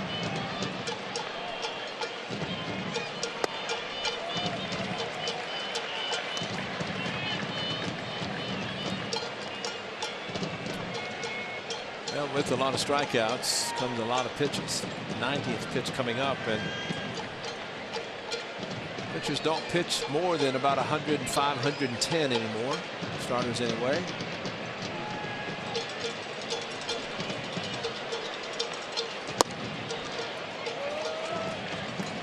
So 2-1 the count to big Matt Olson.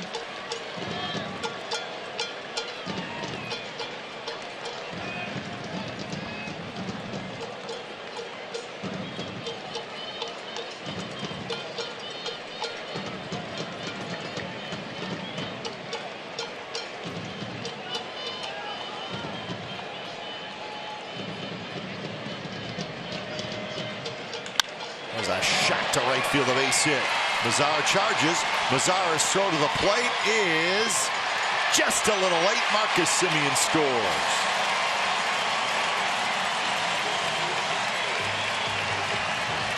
Well, it was a heck of a throw by Mazar, but it looked like Marcus beat the throw. Yeah, the feet first slide, and this is how you take care of a shift. You go over it. And I'm sure Matt Olson would love to have that swing on his last at bat with the bases loaded, but it'll take a 2-out hit. And you're right, Mazar with the Trevino deke at the plate, just standing there and then applying the tag. They're going to take a look at it. I think they're going to lose it. That looked like his right foot sometimes goes up. Watch it go straight down. Right there. And I don't think it's conclusive enough that he tagged him before the foot got down on the plate. Better look here, perhaps. Swipe tag by Trevino. Still say kind of right there. If he just goes to the outside, touches the plate with his hand, doesn't have to worry about the foot going in. Here's a good look. Ladies and gentlemen, the Rangers are challenging the ruling on the field. Let's just hope the it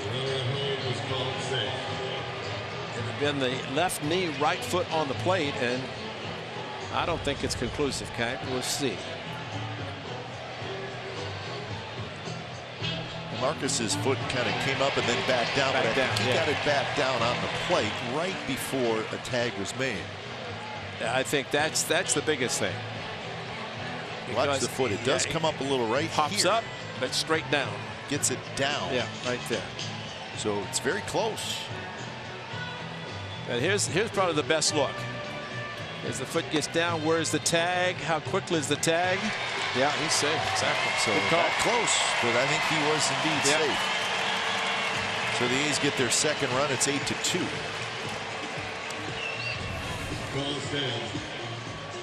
But I tell you, that's a tough call to challenge, just because unless their video coordinator saw Marcus Semien's foot up, but like you said, it came down quickly, and that probably was the determining factor. 2 outs, and we saw earlier with Chu's base hit to left field, runner able to go on contact. Same with Semien. That's probably what helped him, because Mazar made a very strong throw.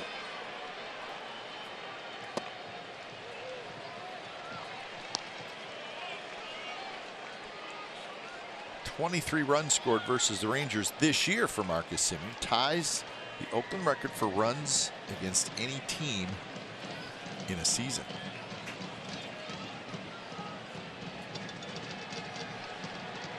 How about this, though? So Marcus 1 for 3 today. On the season, Ray, against the Rangers, 30 for 77 with 8 homers and 22 RBIs. And we talk about Chris Davis. This runs. That's amazing. The Rangers have seen enough of Marcus Semien this year. Canna's got a base hit to left field.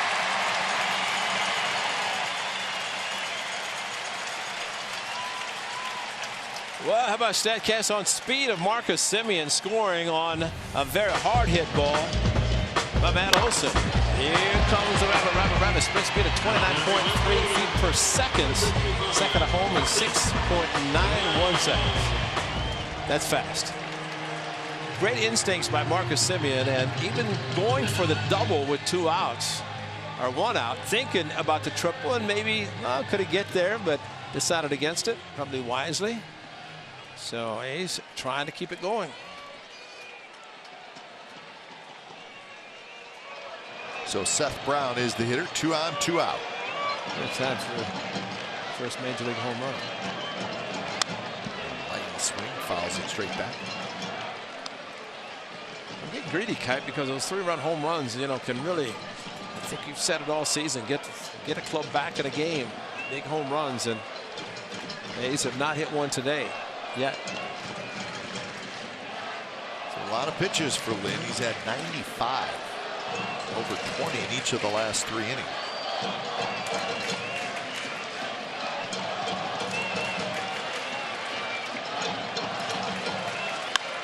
Hit very high down the right field line. Into the seats.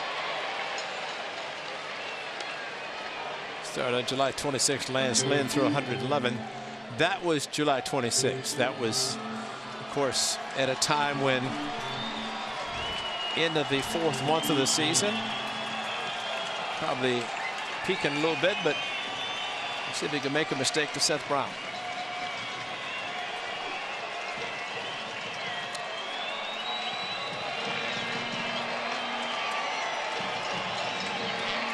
Shields playing very shallow in center field, so ball in the right center field gap, left center field gap, might score 2. And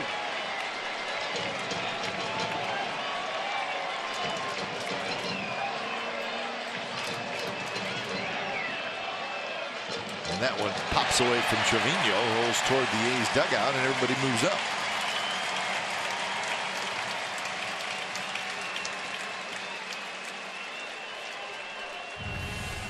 Well, a hard breaking ball. Trevino down on the left knee and pop up did the ball.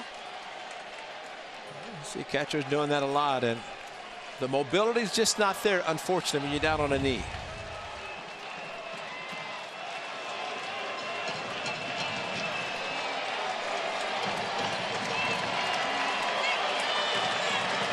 So 1-2 to Brown, who has struck out twice against Lance Lynn.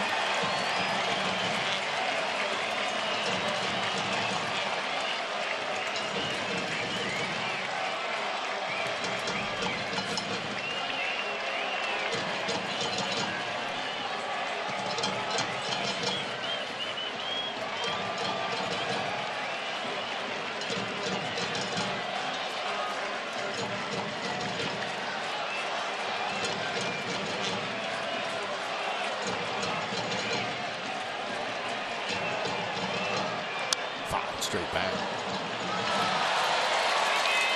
I think we had a great play right below us. Fan appreciation afternoon. Somebody made the catch. Right below us. That's nice.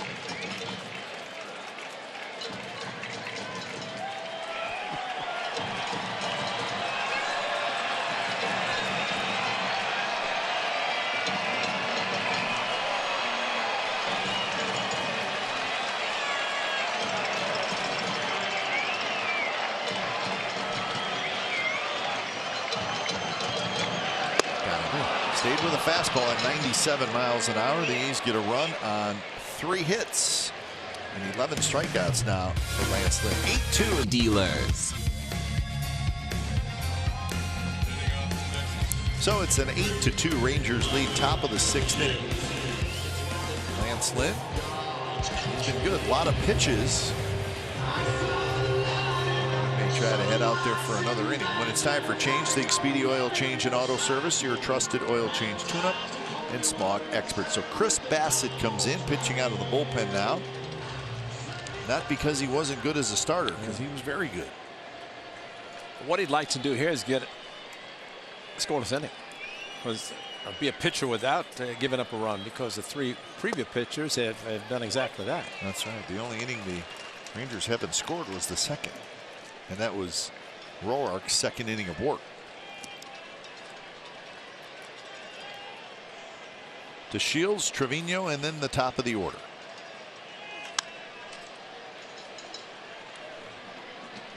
The Houston Astros won. They beat the Angels 13-5. So the Astros have clinched the American League's Western Division. So congratulations to the Astros. They win the division for the 3rd consecutive year.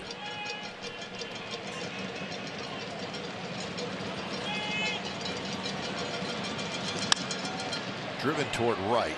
Grossman over there, and he's got it.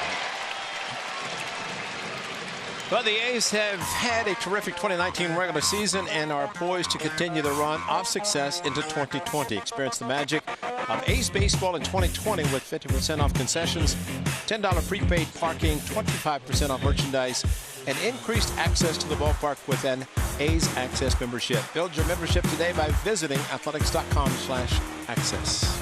AA apostrophe. The big A. There's some lanyards around the neck, showing off proudly. Hey, there's a. You have a different attitude when you got that lanyard. That's right. There's a confidence. Yeah, like, hey, I can do whatever I want. And I can order tickets in advance of everybody else. That's what I'm saying. It gives you a little extra swagger. Yeah. And Josh Higginbotham saying exactly what's happening. See that guy right there, Ray? He's full of swagger because he's got the lanyard. He is a positive man. He is ready to go.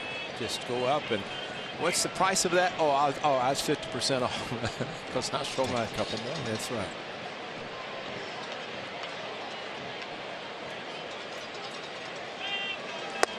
Strike 2, Trevino, 1-2. So with the Astros and the Yankees both winning in their battle for the best record in the American League, the Astros are 102-54. Good pitch by Bassett. Big curveball. Trevino just could not hold up. Well, it was a good curveball. That's hard thrown and right over the top. The 12-6 thrown by Chris Bassett. And that is an outstanding pitch. Way out in front was Trevino. You see the bat head going through, missing about 4 inches. You're saying? Let's see. The Yankees now 102-55. The Astros 102-54. So the Astros have a half-game lead on the best record. Chu is hit with a curveball.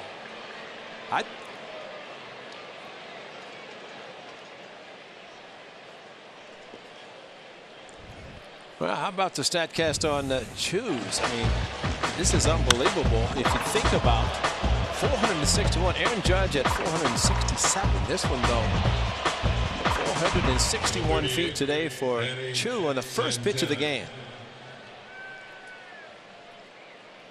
18th hit by pitch. We saw that happen in Arlington, but this probably hurt the least. Not that any of them ever feel good, but slow curveball I thought actually broke so much it might have gone behind it. Bassett throws a fastball by Santana.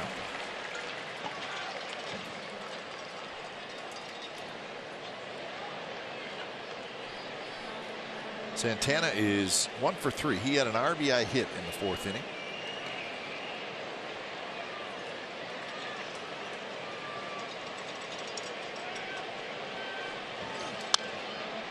So quickly 0-2.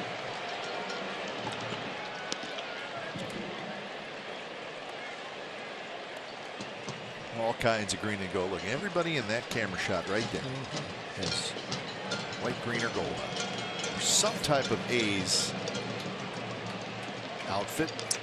Yeah. That's the way it should be. You know, it's going to be nice to see that kind of mixture on Tuesday and Wednesday in Anaheim, because the sea of red down there with all the Angels fans, and to see the smattering of green and gold and white A's paraphernalia. More than usual. That's right.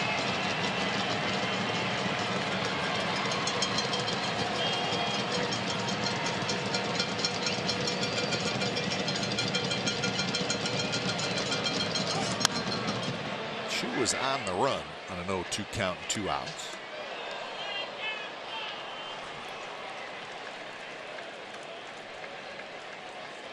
So 2 in Anaheim, 4 in Seattle. The A's hope that somewhere in that 6-day stretch there is a celebration. Last year the A's celebrated in Seattle. Soaked the carpet in the visiting club. Yeah, Jeff Bop, he loved it. Jeff Bebop. You know, it's got to say, just like, well, at least in Houston today, it's happening over Steve Perry, the visiting Columbia, doesn't have to worry about it on the visiting side, you know. But the home side, you know, that. But it's, you know, listen, there's nothing better than a champagne-soaked rug carpet. You know, cleaning people love it because they come in immediately, right? They are waiting outside the gate. Yep. Swing and a miss. Santana chased it, so a couple of strikeouts for Bassett, and we are moving to the bottom of the 6th inning. The Rangers 8 and the A's 2. Good mood for many different reasons.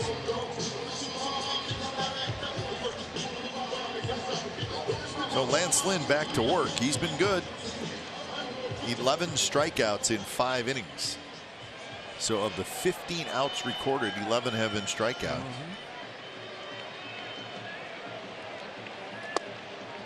And the first pitch to Chris Davis is a swing and a miss. So most pitches in a game in the majors average this year. Lynn is 2nd. So 107 pitches per game is his average. So he's really not too concerned the fact that he's at 101. Edison Volquez starts to throw. I think the way this pitcher Lance Lynn has done today, see him throw a lot of pitches in, better take the rest of the afternoon off. You know, A's can take a chance with somebody else, because he's made some big pitches when he's had to. Last 3 innings, the A's have left a total of 6 on base. 3 in the 3rd inning and 2 last inning.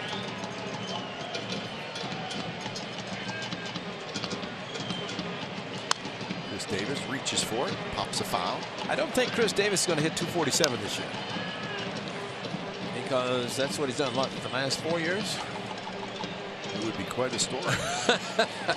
Yeah, Mark Ling did a great note on what it would take for him to hit at exactly 247, and then, you know, when he did that note, I think it required he needed to hit 500 for the remainder of the season, which would have been a thing of beauty.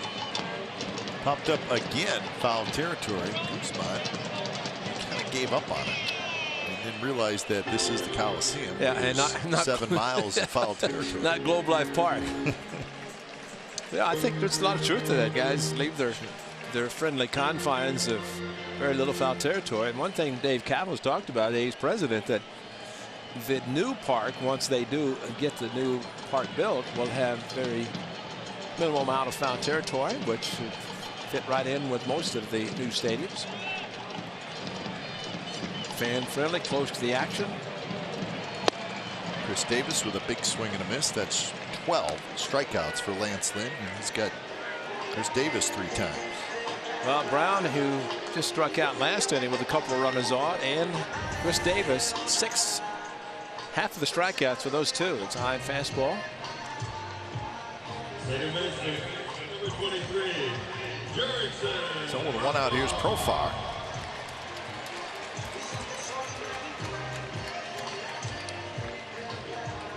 Profar's had a good ball game, a single and a double. The double knocked in a run.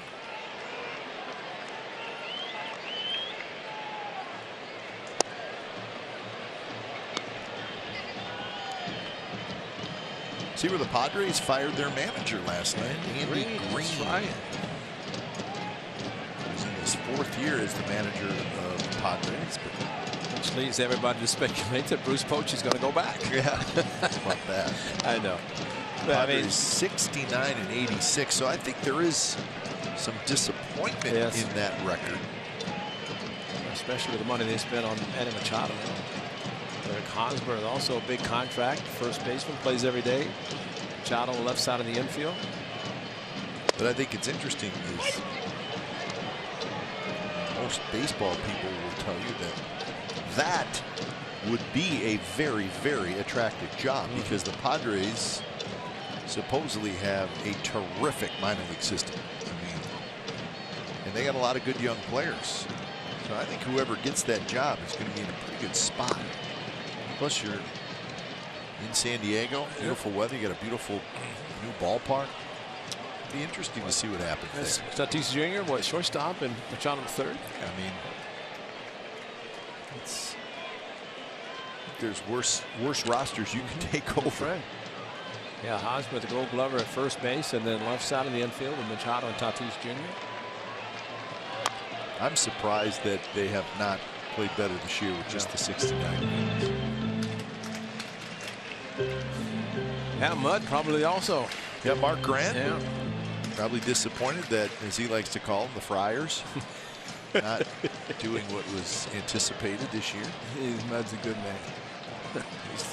He is the Friar. You ever seen Mark Grant and the mascot Friar in the same place? Nope. Do a side-by-side there.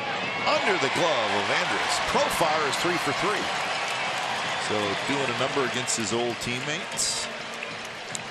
Well, he protected on the previous pitch. That kind of a check swing, foul the ball, and then gets another one. And Elvis Andrus.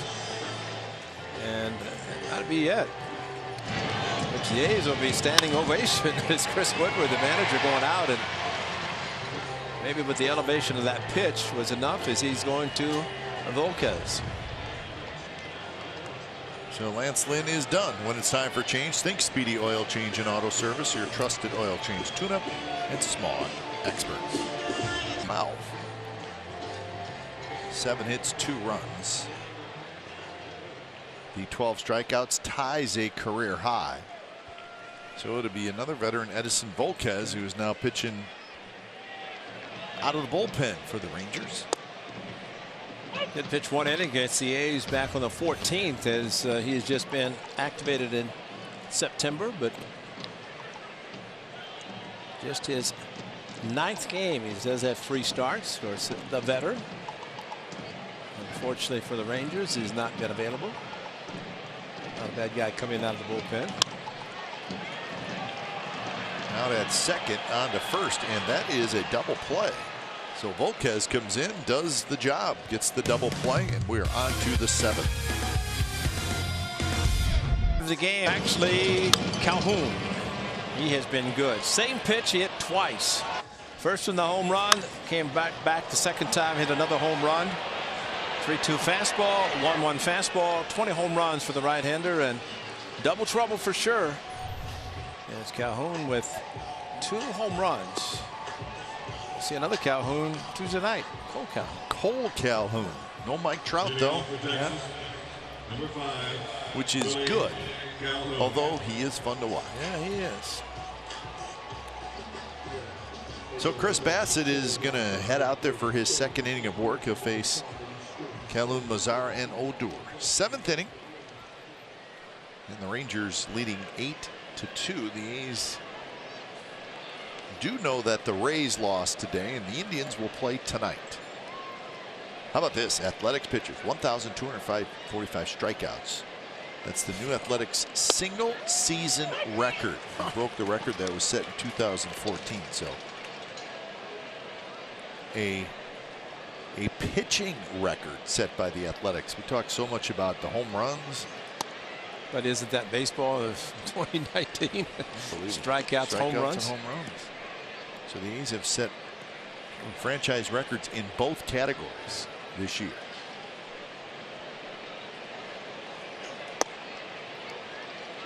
And that's interesting. I mean, strikeouts are up, so maybe it's not that surprising, but I would not categorize the A's rotation as a strikeout rotation.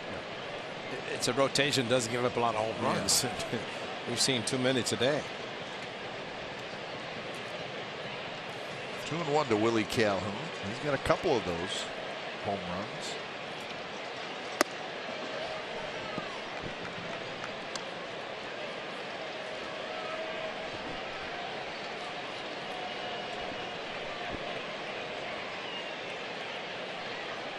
Did I hear right?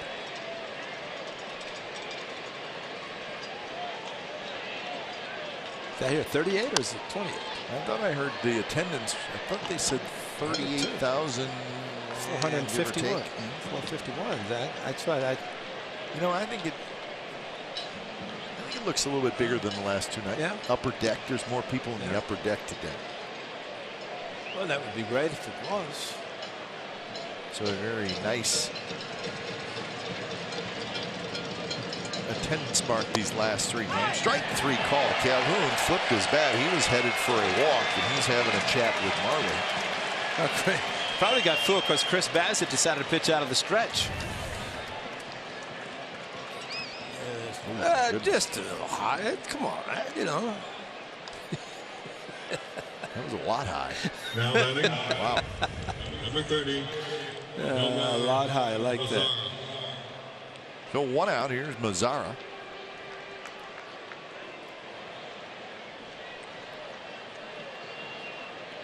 Yeah, 38-453. That's 4.53. 453. Guess that's what I'm saying. So that's a good crowd. 29 plus for the previous 2 nights and 38 plus today. Nice.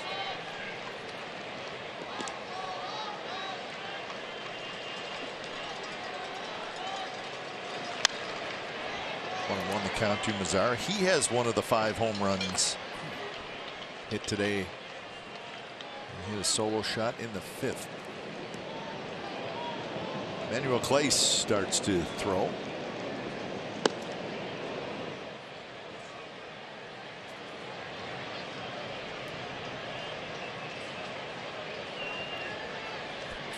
It's been Roark for 3. Puck an inning. Buchter an inning, and now Bassett into his 2nd. Well, this was probably a little surprising for Buchter. A fastball up. He knew it as he dropped his hit. Mazzara going opposite field over the out-of-town scoreboard in left field.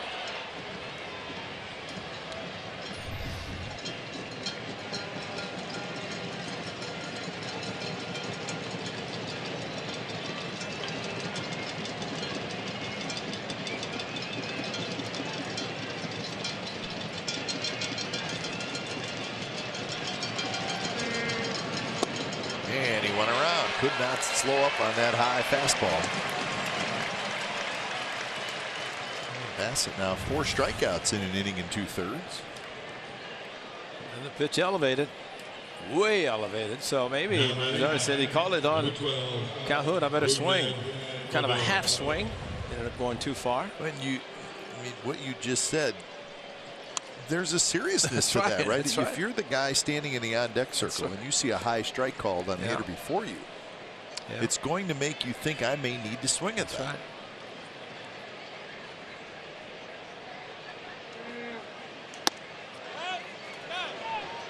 Doer, who's always ready to take a rip at it.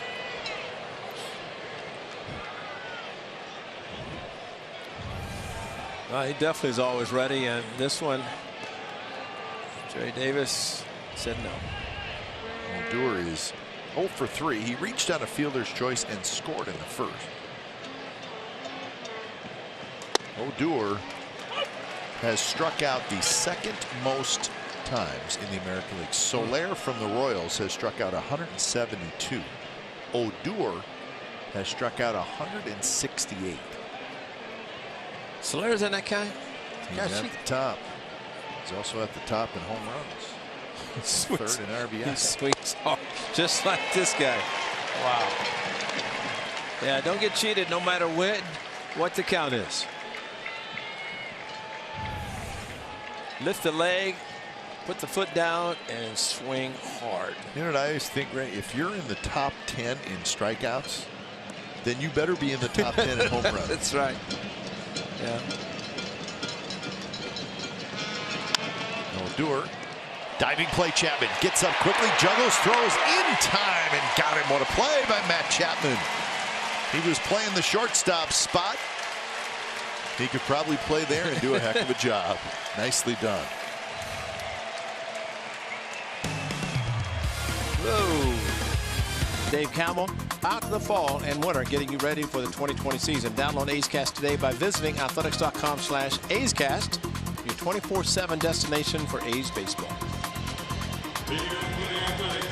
The Oaktown Grill featuring burgers and tots. And if you really want to get crazy, you can get the Impossible Burger. You should probably get the ingredients on that. What makes it so impossible? What is impossible it? to eat?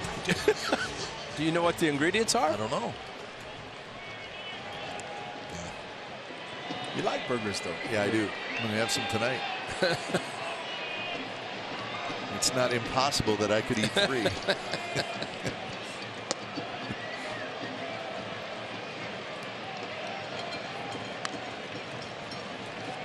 So Grossman, Simeon, and Chapman here in the bottom of the 7th inning. He's got a lot of work to do.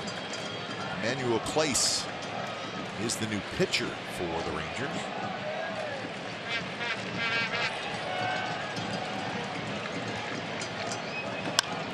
Grossman hits it hard, but to Guzman, who backhands, steps on the bag. So 1 out. Now to the top of the order, Marcus Simeon for Emmanuel Place. He's 2-3 with a 2.79 ERA. So the ERA is pretty good, but not a whole lot of work. Just 19 innings. So a very small sample size.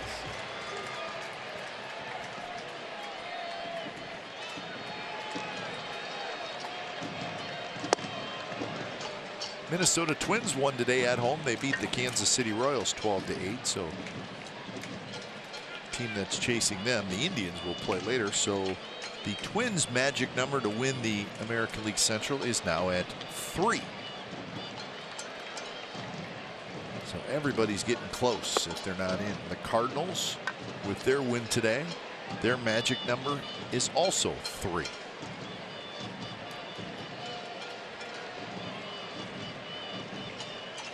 So the division, most of the divisions, yeah, I got a pretty good idea.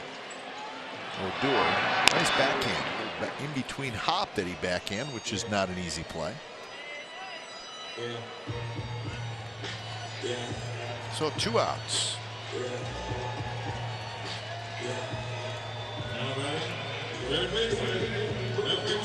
Uh-oh, be careful, Stomper.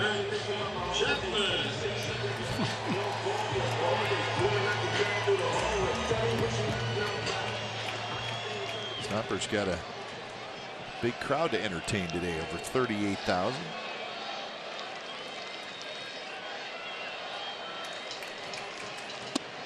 And that one almost hit Chapman.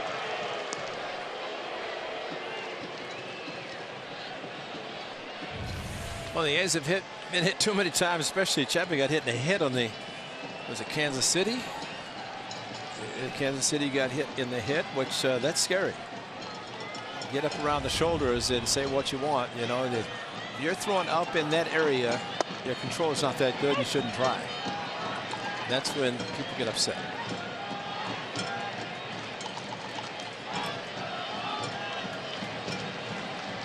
For 2 for Chapman.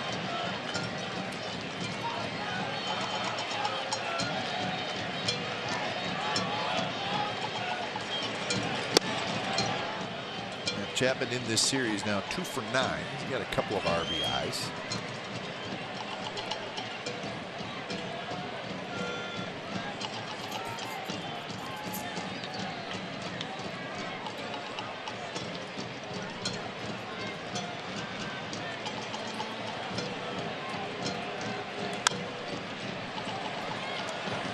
Should reach the seats.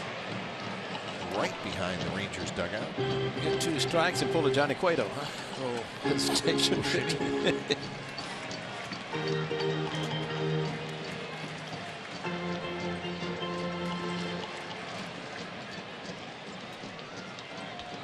Cueto's pitched well for the Giants, coming off of his inactivity, Tommy John surgery, and probably looking forward to him being available for 2020 under a new manager. Bochy won his final game on the road today in Atlanta. Got his 2000th on the trip. The interesting hire taking over for Bruce Bochy. Oh, I thought you meant an interesting hire for Bruce Bochy going to San Diego. I don't see that. No, I just don't. No. He lives down there and all that. Chapman's going to hook one into the corner. So Matt Chapman's going to have a double. You know what? That might have been a swing and a bat out of frustration for Matt Chapman for a number of reasons. That ball up near his head, and you can see him swing hard on the next pitch. It's an off-speed pitch here and hooks it down the left field line, and another double for the Athletics. This one with 2 outs, and keep chipping away. You never know what can happen.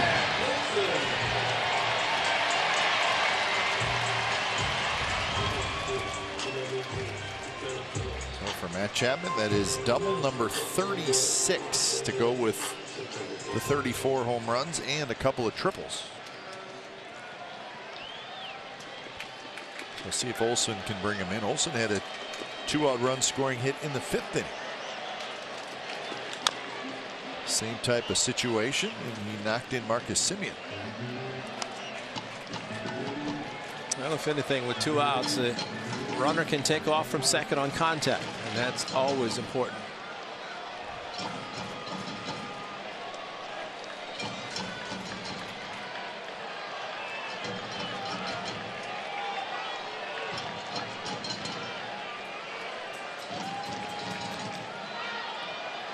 Place delivers, and it's rolled up the first baseline foul. That was clocked at 100 miles an hour. He's got a good arm. That's why when you're throwing up above the shoulders, that's where it's scary, throwing it that hard.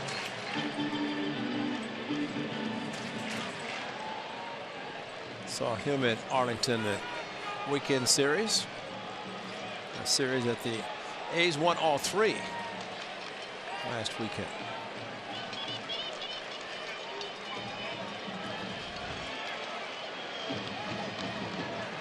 Wilson had a good swing. That one at 99. So you got to be geared up a little bit if you're the hitter. But isn't that kind of the typical reliever these days? Come in and just throw hard as you Really can. not even that big of a deal anymore. Yeah. And then he tries to throw a breaking ball when he's throwing that hard and for 2 strikes and gives up the double.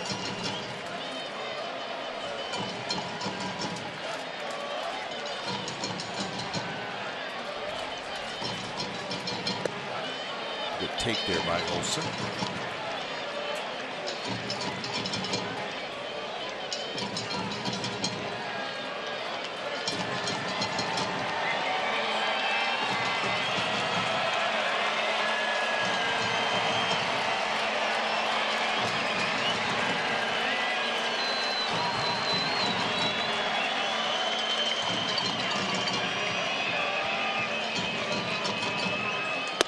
Strike 3 called. So Matt Olson strikes out, and Chapman is stranded at third. Moving to the from the first pitch of the game. First pitch of the game, yeah. And it was not a cheapie either. Well, this is very encouraging for Chris Bassett. 3rd inning of work for him. And he has pitched extremely well. And like we mentioned the other day when he came in for the 1 inning that he has had experience pitching out of the bullpen coming back from Tommy John surgery, but exceptional season for him also out of the rotation area, in the rotation, pitching very well. So nice that with all the starters kind of volunteered to go to the bullpen, and experience is good.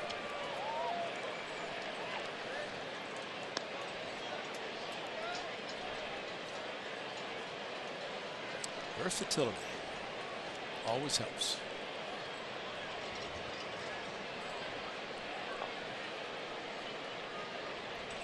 On 2 to Novosanders.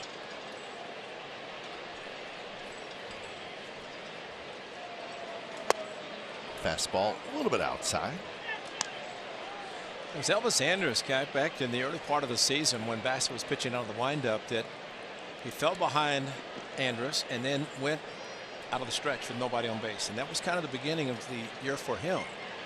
Struck Elvis Andrus out, as he just did there, on a fastball inside. But, you know, for him to make that adjustment while he's pitching out of the windup, the rotation, it's pretty good.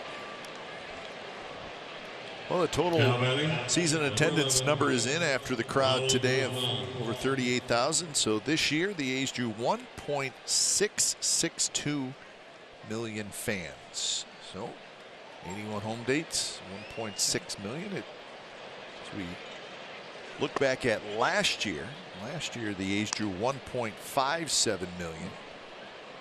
Last year it was 19,427 per game. Ray, this year 20,521. So an increase, a little less than 100,000 from last year. And it was about the same in the area, the increase from 2017 to 2018. So attendance has gone up a little bit each of the last couple of years. He's here every day. The big game. Apostrophe. Now, is the apostrophe, is that another person? It's another guy. Yeah, okay, yeah. so that's two.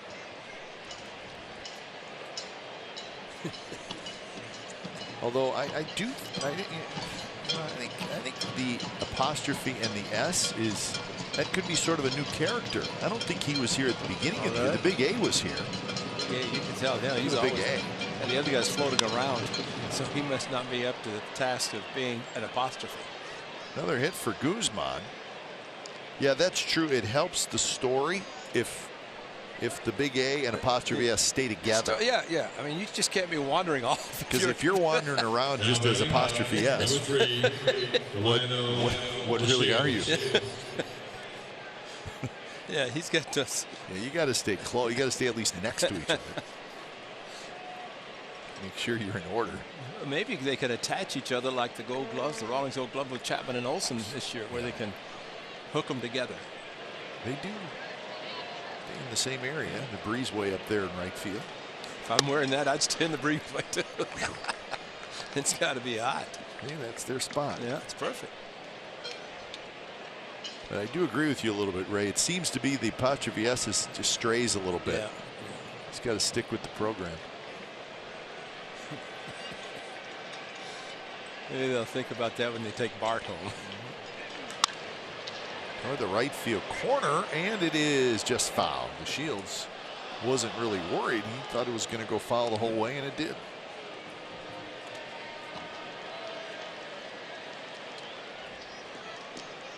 So 1-1 to Delino DeShields, who's 0 for 3. Red Sox beat the Rays earlier today.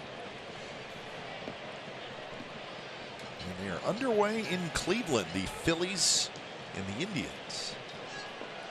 No score.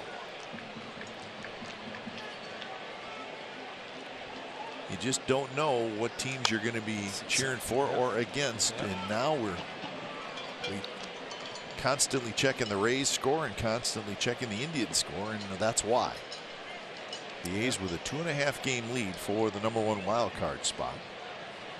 And again, the A's with 61 losses. Unless they come from behind today, it's got to be 62. The Rays with 64, and the old loss column is important.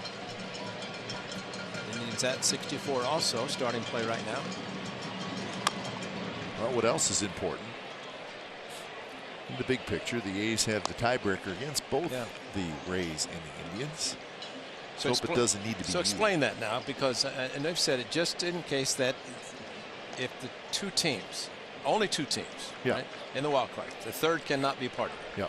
So if the two teams, A's and Rays or Indians, are tied, and the A's win home field advantage. The A's, they would still have to play, right, but because the A's won the season series, the A's would host that game. Right.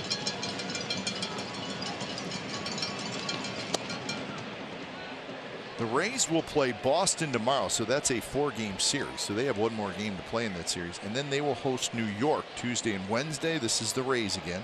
They'll be off Thursday and at Toronto over the weekend. That's the next week's schedule for the Rays. And for the Indians, they are off tomorrow.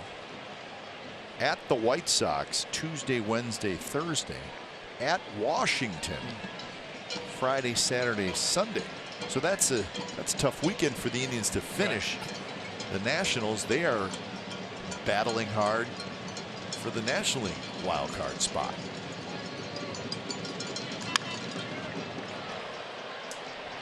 Brown over, Canna over, and it'll be the center fielder Canna who takes charge for the second inning.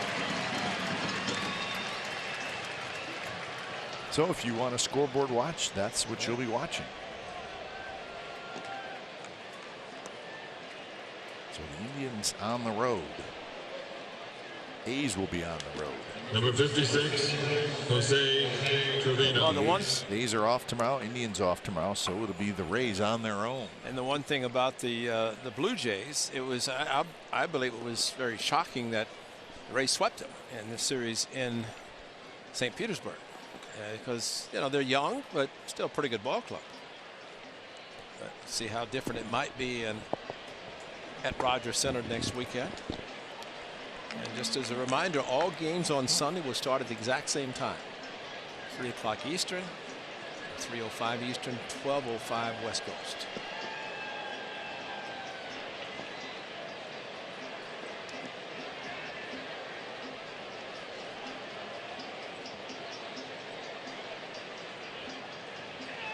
Well, pitch to Trevino, the catcher, right down a little bit in the inner part, first strike. Trevino is 1 for 3 today. The Rangers, they're going to head home, so they will finish the home season next week. 3 against the Red Sox, 3 against the Yankees. So they're off tomorrow. Matt Olson grabs it, and Bassett gives up a hit, nothing else. So 3 very good innings out of the bullpen for Chris Bassett. A couple more shots for the A's as we head to the bottom of the 8th. Hits, no errors for the Athletics. Lance Lynn was good today. He struck out 12 in 5 1/3 innings. Tanner Roark struggled early. He gave up 3 home runs in the very first inning. So the Rangers today, they're the ones talking about home runs. They've hit 5. They've watched the A's hit a bunch of home runs against them this year. But today, Texas Rangers hit out 5. So it is a new pitcher, Rafael Montero. 2-0, 2.77 ERA, so pretty good numbers across the board for Montero in his 19 innings of work. He will face Canna, Brown, and Davis.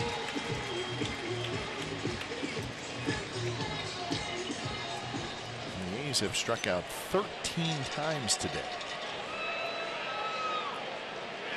Last time Montero was on the mound here, he hit Laureano and was ejected. Canna goes after the first pitch and pops one toward right. Mazzara has it, and that's the first down. That's right. I remember that now. Yeah. So Laureano hit a home run off Sampson and dropped his bat, said step on Now it. batting, left fielder, number 65, Seth Brown. Things got a little chippy. Yeah, they did. Yeah, they did. Different story today, though. The Rangers trying to end their losing streak. So Seth Brown steps up. Seth Brown and Chris Davis, the 5th and 6th place hitters in this A's lineup, have gone 0 for 6 with 6 strikeouts today. William Hendricks going to get an inning.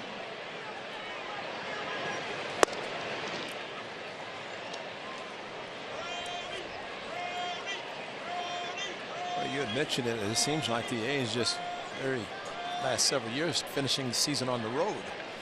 But in that almost every year. Yeah, but the 2012 season, that was the miraculous win on the final day to win the division against these Texas Rangers. That was on a Wednesday. Well, times have changed where you're finishing on Sundays.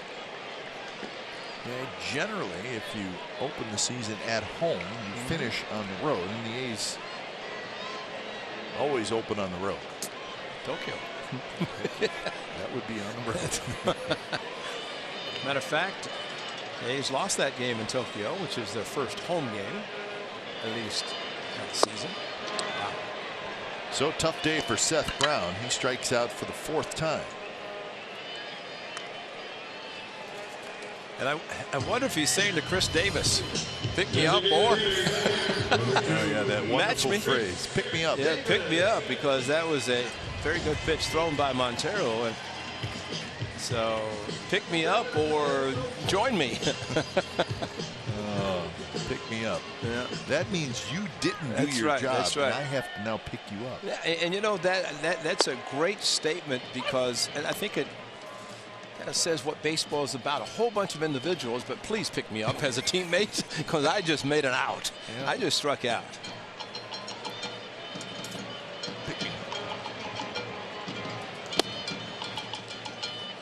up. 1-1 to Chris Davis.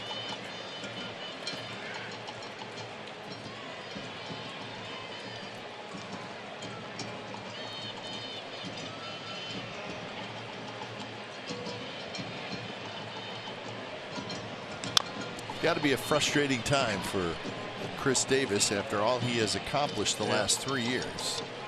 And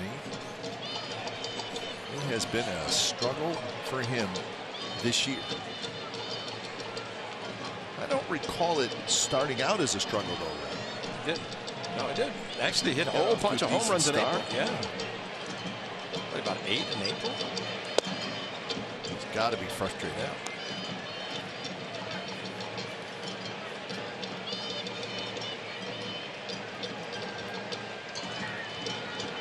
2-2 to KD.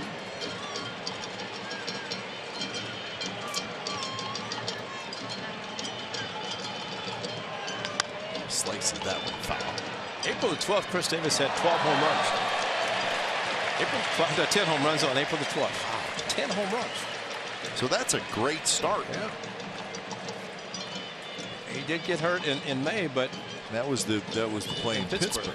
But he hit a home run against Gonzalez in Tokyo, and then started here with. I mean, he hit actually 5 of those home runs against lefties in his first 10. Which so you wonder if the injury in Pittsburgh may have continued. Yeah. Maybe it got him a little out of whack and.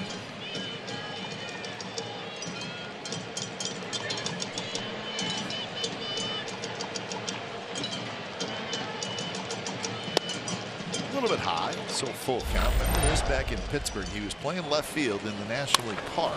And this was a Sunday. And he went against the padded wall, bam, right there. Got the oblique on the left side. It still looks like it hurts. Oh. And that ball, that was padded. Yeah. He was not feeling good. And he rips this one to left field. So KD hits that one hard, and he's going to have a double.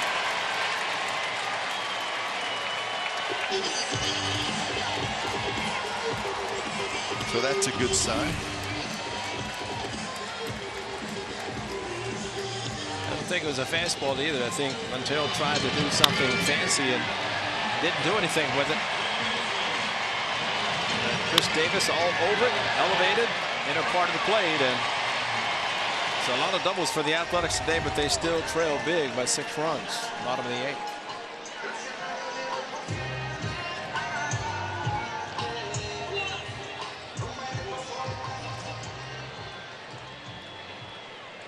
So Profar's had a big day. He's got 2 singles, a double, and an RBI. So 3 for 3.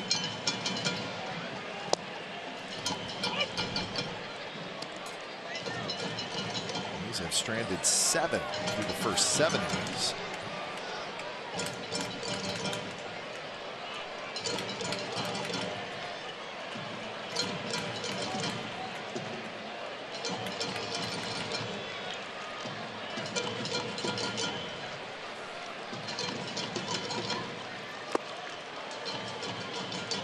Montero's got pretty good stuff. Because, as you said, most pitchers coming out of the bullpen do now. It's just can they harness it?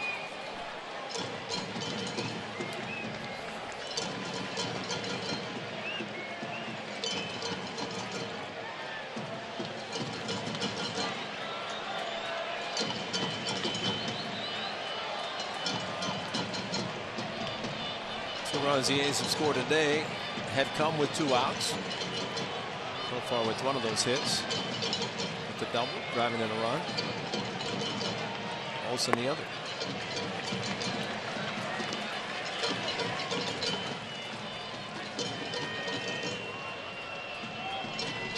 Murphy gets a chance to hit in this inning.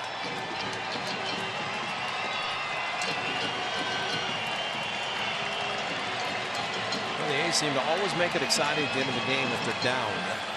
Can they do it today? Rangers throwing a lot of different pitchers. And I think the way it stands now, maybe the Clark may try to close it out regardless. That would be in a safe situation. We'll see.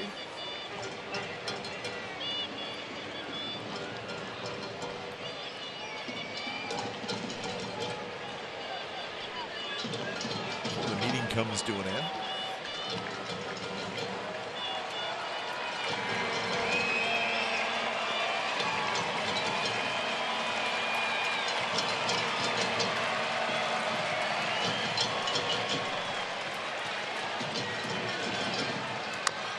Profile going after that. What is that? Splitter or something? Another downward movement.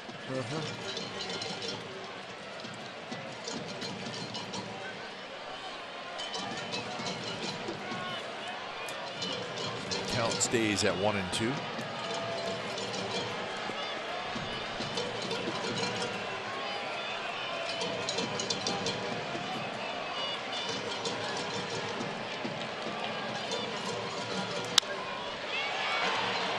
Left field, and Calhoun is right there. So Montero gets out of it. A double by Chris Davis. He is stranded. 9th inning coming up. Today brought to you by your California Ford dealers. Let's look at 2019. It's called the strikeouts. Today was 7 strikeouts. New single season franchise record for strikeouts. 1,248 strikeouts for your Athletics with 6 games go starting Tuesday night. And one more inning in this afternoon's game. And the A's would even like to make it beyond that as Liam Hendricks makes the appearance. A guy just looking, his last appearance was Tuesday. That was against Kansas City. The extra inning game. Time to get him in there. Yeah, although let's see, he did pitch maybe in the game that was 1-0 against Kansas City. And he will face the top of this order for the Rangers, starting with Shin-Soo Choo. No, he did not, because he had pitched back-to-back games and got that Wednesday off and then has not pitched. So Liam Hendricks getting some work in. And should be well rested.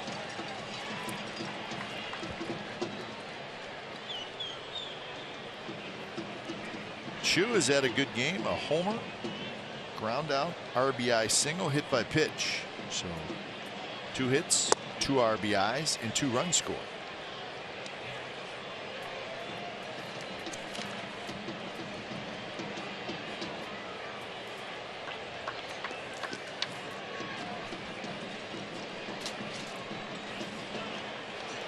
Inside, and it's 2-1. Santana to follow, and then Willie Calhoun with Leclerc warming up out in the Rangers bullpen.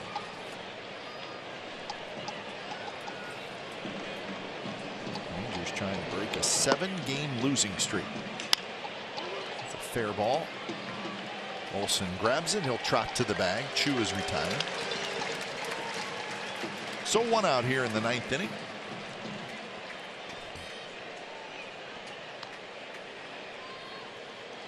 Roark, Puck, Booker, and Bassett. And Chris Bassett, very good 3 innings, gave up just 1 hit. He had 5 strikeouts and no walks.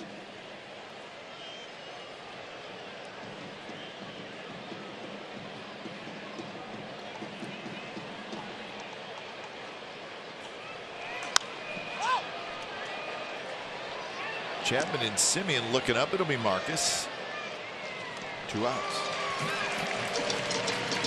Well, single game tickets for the A's potential wild card in the American League Division Series home games will go on sale this Wednesday at 9 a.m. This is your chance to hear the Coliseum roar. Everybody should experience postseason baseball here in the Bay Area. Be a part of the magic that is playoff baseball in Oakland. Head to athletics.com/postseason.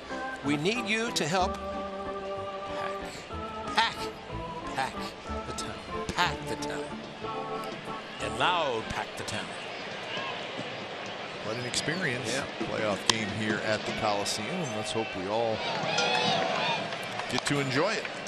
Pack the town. That's right. Start with the wild card game because the Houston Astros clinched the division. You know, I might mention, Cap, as we take a look at this field, still a little bit center field area, but Clay Wood and his crew has done a tremendous job since they played a football game last Sunday. And you think of what this place, if the A's fortunate to play here a week from Wednesday, what this place will look like.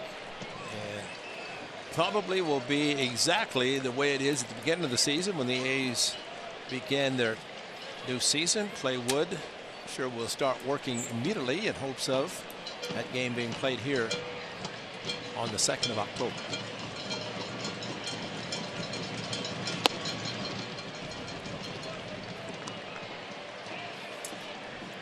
One and two the count to Willie Calhoun. 2 home runs today for Calhoun. And Wednesday, October 2nd is the wild card game in the American League. Win that, you go to the division series, which would start on Friday night.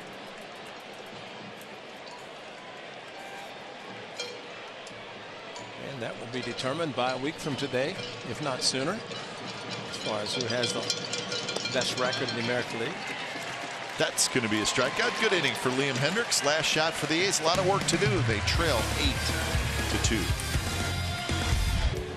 Regular season for the A's. They'll head out on the road the final week. Right now the Rangers trying to salvage the final game of this series, leading the A's 8-2.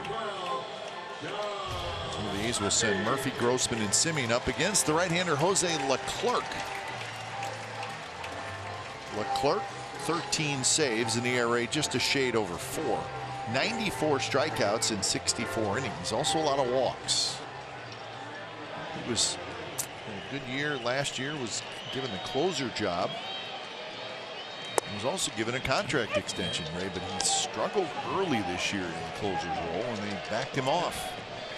Well, the one thing you said about a lot of walks, that's right, but today that has not been the case where the A's have received a lot. I think the note that you brought up earlier, very significant as far as number of walks the A's have received and how many have scored. Yeah, just one so far today.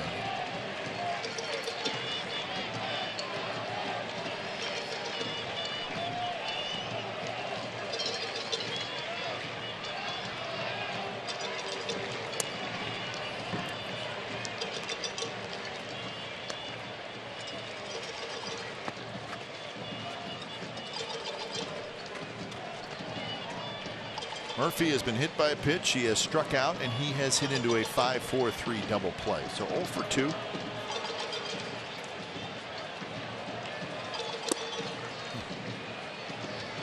Seven from Leclerc.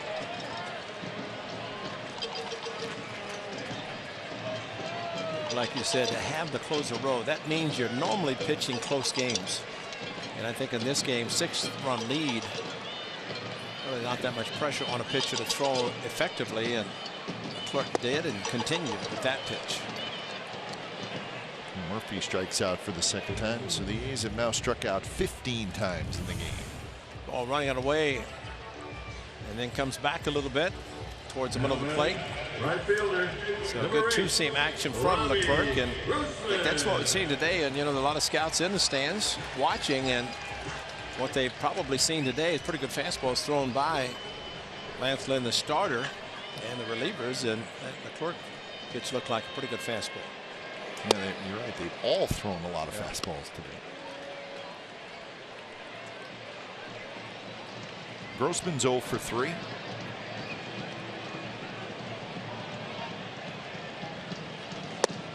Everybody in the A's lineup has struck out at least once except Canna and Profar.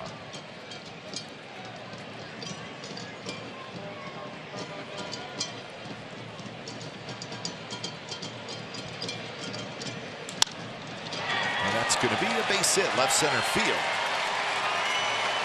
Ball ends up to the warning track, and Grossman has a double. Been saying that a lot today. Another double. I thought Grossman would do this against Lance Lynn, but that's how good Lynn was, that he was able to spot his fastball on the corner, and nice inside-out swing by Grossman on this pitch to end up in left center. Hit the ground, scooted quickly towards the wall, an easy double for A's ninth place hitter, switch hitter Grossman. Yeah, you're right, Ray. The A's with 6 doubles today. Yeah. They have not homered. They got the 6 doubles.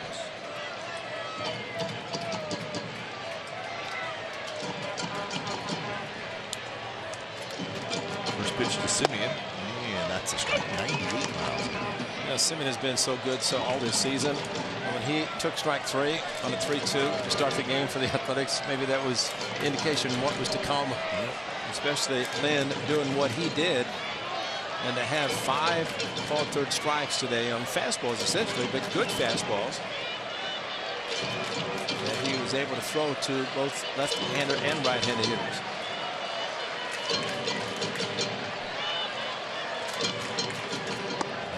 Slider inside Marcus.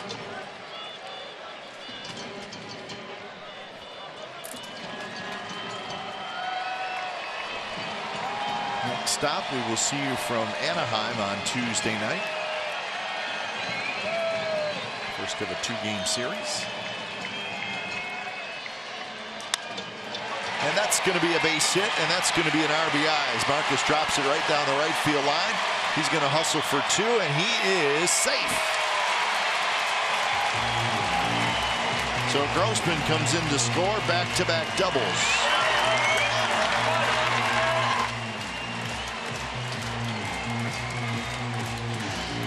So 7 doubles now for the A's, and for Marcus, 42 doubles this year. Well, a pitch outside. What a great job of hitting. Just going with it to the opposite field. On base 6 times last night with 3 hits. 2 more today. And a good time, and just keep it going.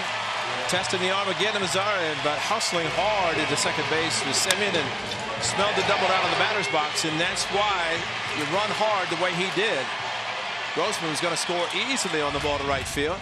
And Marcus, though, second double in the last 3 at bats. And his 91st RBI. So Chapman steps in. He takes the strike.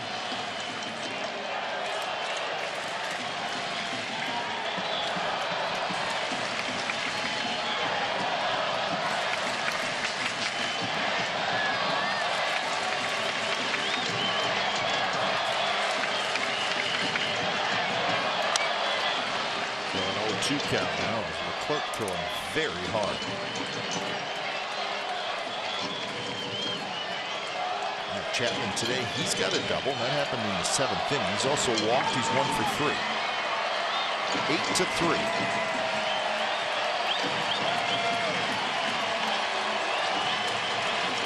The nice thing about the fans, have been good fans here this season, and several have left. The 38,000 plus today, but those who have stayed are very loud. And they've seen this club come back late in games, and this would be a huge one.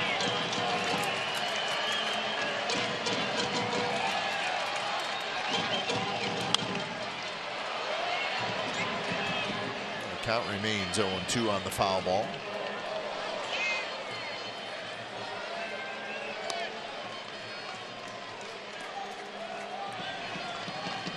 Each team has 11 hits. There has not been an error made in the game. And now home runs are the difference. Yeah.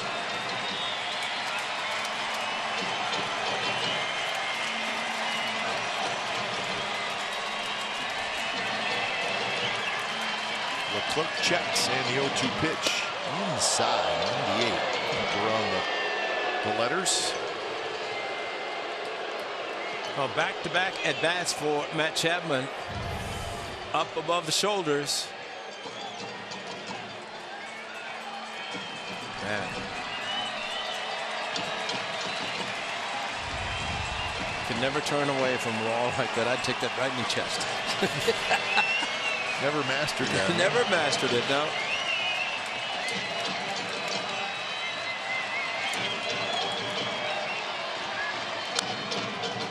Nasty breaking ball, and Chapman did good to spoil it.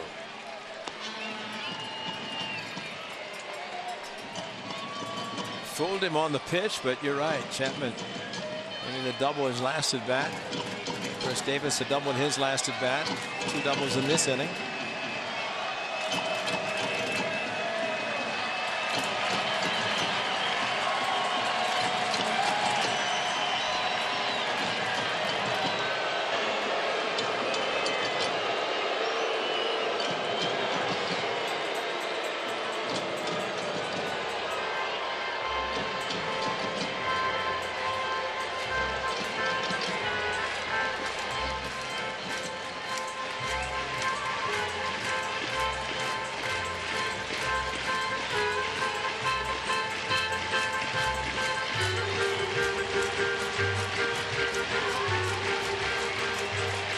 So Leclerc should be on the same page with Trevino. Should be. Hope so. Cannot guarantee it. DeShields doesn't have to move much, and he's there to make the catch. So a little bit of an elevated fastball. Yeah, and no sun issues for DeShields. That's always concerned with this type of a game, but the sun really not creating a problem for a center fielder like we see at earlier part of the season. So Olsen will hit, try to keep the game going.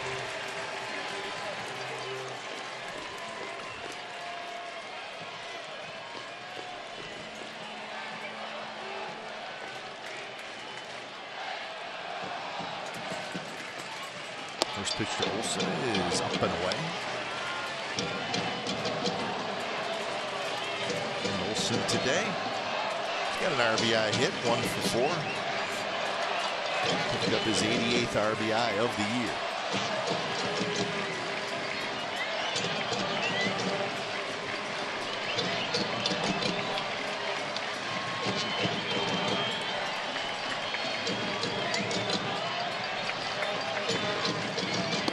Now it's 2-0. Not close from Leclerc. Well, Cap, I think you said it best. 98-mile-an-hour fastball, and he's trying to flip curveballs. What we have seen, and you'd think this kind of tells a little bit about the difference or the distance of the bullpen to the pitcher's mound and home plate, because sometimes you can't see what a pitcher's doing. Another off-speed pitch, but Lance Lynn didn't prove something today about his fastball. Use it. Yeah, exactly.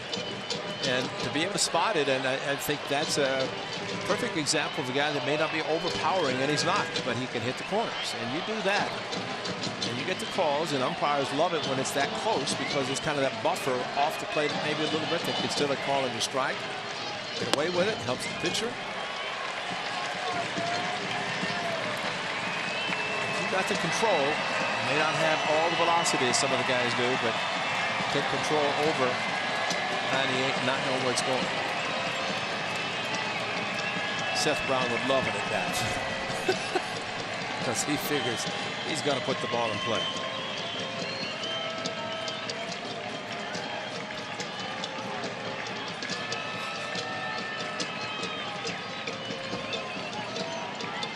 Swing and a miss. Challenge him. So it is a full count.